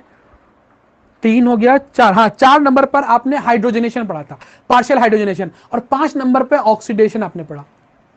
आपको पूरा नहीं याद करना, आपको सिर्फ और सिर्फ रिएजेंट याद करना है, और रिएजेंट मजे से पढ़ना है। डिहाइड्रेशन में main reagent concentrated H2SO4, hydrohalogenation में मेन रिएजेंट आपका पास कौन सा हो गया, एल्कोहलिक की वजह। अच्छा फंक्शनिंग भी सबकी मालूम है। डिहाइड्रेशन में पानी निकाल दिया, डिहाइड्रोहेलोजिनेशन में हेलोजन और H निकाल दिया। ठीक है, 3 नंबर पे हमने क्या पढ़ा था, 3 नंबर पे डाइहेलोजन का डिहेलोजिनेशन पढ़ा था, उसमें सोडियम जिंक लिया था हमने, दोनों हटा दिए थे। फिर उसके 4 नंबर पे हमने पढ़ा पार्शियल हाइड्रोजनेशन। पार्शियल हाइड्रोजनेशन हमने किससे कराया, ब्रिज से कराया, लिंडार्ड से कराया। ब्रिज कौन सा होता है, नाली अमोनिया, याद होगा आपको। क्लियर नहीं क्लियर? लिंडार्ड कैसा बनाता है, सिस बनाता है, और ब्रिज कैसे बनाता है, ट्रांसएल्कीन बनाता है। ऑक्सीडेटिव क्लीवेज हमने कराया, दो तरीके का ऑक्सीडेशन कराए, एक हमने कोल्ड KMnO4 से कराया, एक हमने हॉट KMnO4 से कराया। जो कोल्ड KMnO4 है वो क्या कराता है, सारे बॉन्ड नहीं ब्रेक कराता है, एक बॉन्ड छोड़ देता है, चाहे ट्रिपल बॉन्ड हो चाहे डबल बॉन्ड हो। क्लियर नहीं क्लियर? बात समझ में आ रही, पल्ले पड़ रही कि नहीं पड़ रही है? अगर हमारे पास डबल बॉन्ड एल्कीन है तो वो डाइऑल बनाता है, और अगर हमारे पास ट्रिपल बॉन्ड है तो वो डाइओन बनाता है, कीटोन वाला। लेकिन अगर टर्मिनल एल्काइन है तो फिर वो एसिड और क्या देगा, साथ में एल्काइन, साथ में CO2 देगा। यही अगर हमारे पास हॉट KMnO4 है तो ये पूरी तरीके से ऑक्सीडेटिव क्लीवेज कर देता है, सारे बॉन्ड को ब्रेक करा देता है। डबल बॉन्ड अगर हमारे पास मिड में है तो हम कार्बन देख लेते हैं, प्राइमरी कार्बन होगा हमारे पास तो फिर वो हमारे पास एसिड बनाएगा, और अगर सेकेंडरी कार्बन है तो वो हमारे पास कीटोन बना देगा। एल्डिहाइड नहीं बनता इसमें, कीटोन बनता है या एसिड बनता है। ये ध्यान देना, एक को कीटोन, एक को तुमने एल्डिहाइड बना देना। ना, जो प्राइमरी कार्बन है वो हमारे पास एसिड बनाता है, क्योंकि एल्डिहाइड फर्दर ऑक्सीडाइज हो जाता है और वो एल्डिहाइड की जगह पे एसिड देता है प्रोडक्ट। ध्यान देना इस बात को। हमने कल वाले लेक्चर में हमने सारा एक सीक्वेंस दिखाया था, एल्डिहाइड के बाद एसिड होता है ना, तो एल्डिहाइड फर्दर ऑक्सीडाइज होकर एसिड में कन्वर्ट हो जाता है, तो इसमें एल्डिहाइड प्रोडक्ट नहीं मिलता। अच्छा, जो हमारे पास कीटोन होता है उसको जो है हम लोग अगर ऑक्सीडाइज कराना चाहें तो ऑक्सीडाइज हो जाता है, लेकिन वो ड्रास्टिक कंडीशन में ऑक्सीडाइज होता है, उसके लिए कुछ स्पेसिफिक कंडीशन लगानी पड़ती है, आसानी से हमारे पास कीटोन ऑक्सीडाइज नहीं होता। क्लियर? चलिए, तो यहां तक रखी जाएगी बात। इसके बाद एक हेडिंग जो है इसके बाद एडिशन रिएक्शन जो होती है वो थोड़ी सी जो इसका रिएक्शन है 6 नंबर पे, वो केमिकल प्रॉपर्टीज यहाँ शुरू हो जाएगी। उसमें एडिशन रिएक्शन है वो थोड़ी बड़ी है, बाकी सब छोटी छोटी रिएक्शन है। तो कल मोस्ट प्रोबेबली 1 घंटे का लेक्चर होगा, उसमें जो है ये एल्कीन भी खत्म हो जाएगा, उसके बाद फिर एल्काइन भी कल ही स्टार्ट कर देंगे। तो मोस्ट प्रोबेबली क्वेश्चन ये करेंगे कि कल 2 लेक्चर लेके एल्कीन और एल्काइन दोनों खत्म हो जाए तो हमारे पास पूरा हाइड्रोकार्बन खत्म हो जाएगा। आप लोग सवाल लगाते रहे, हम सवाल भेजने की कोशिश कर रहे हैं आपको। एनसीईआरटी एग्जाम्पल के सवाल जरूर लगाएं। ठीक है, चलिए बेटा, थैंक यू वेरी मच, शब बखैर, गुड नाइट, सत श्री अकाल।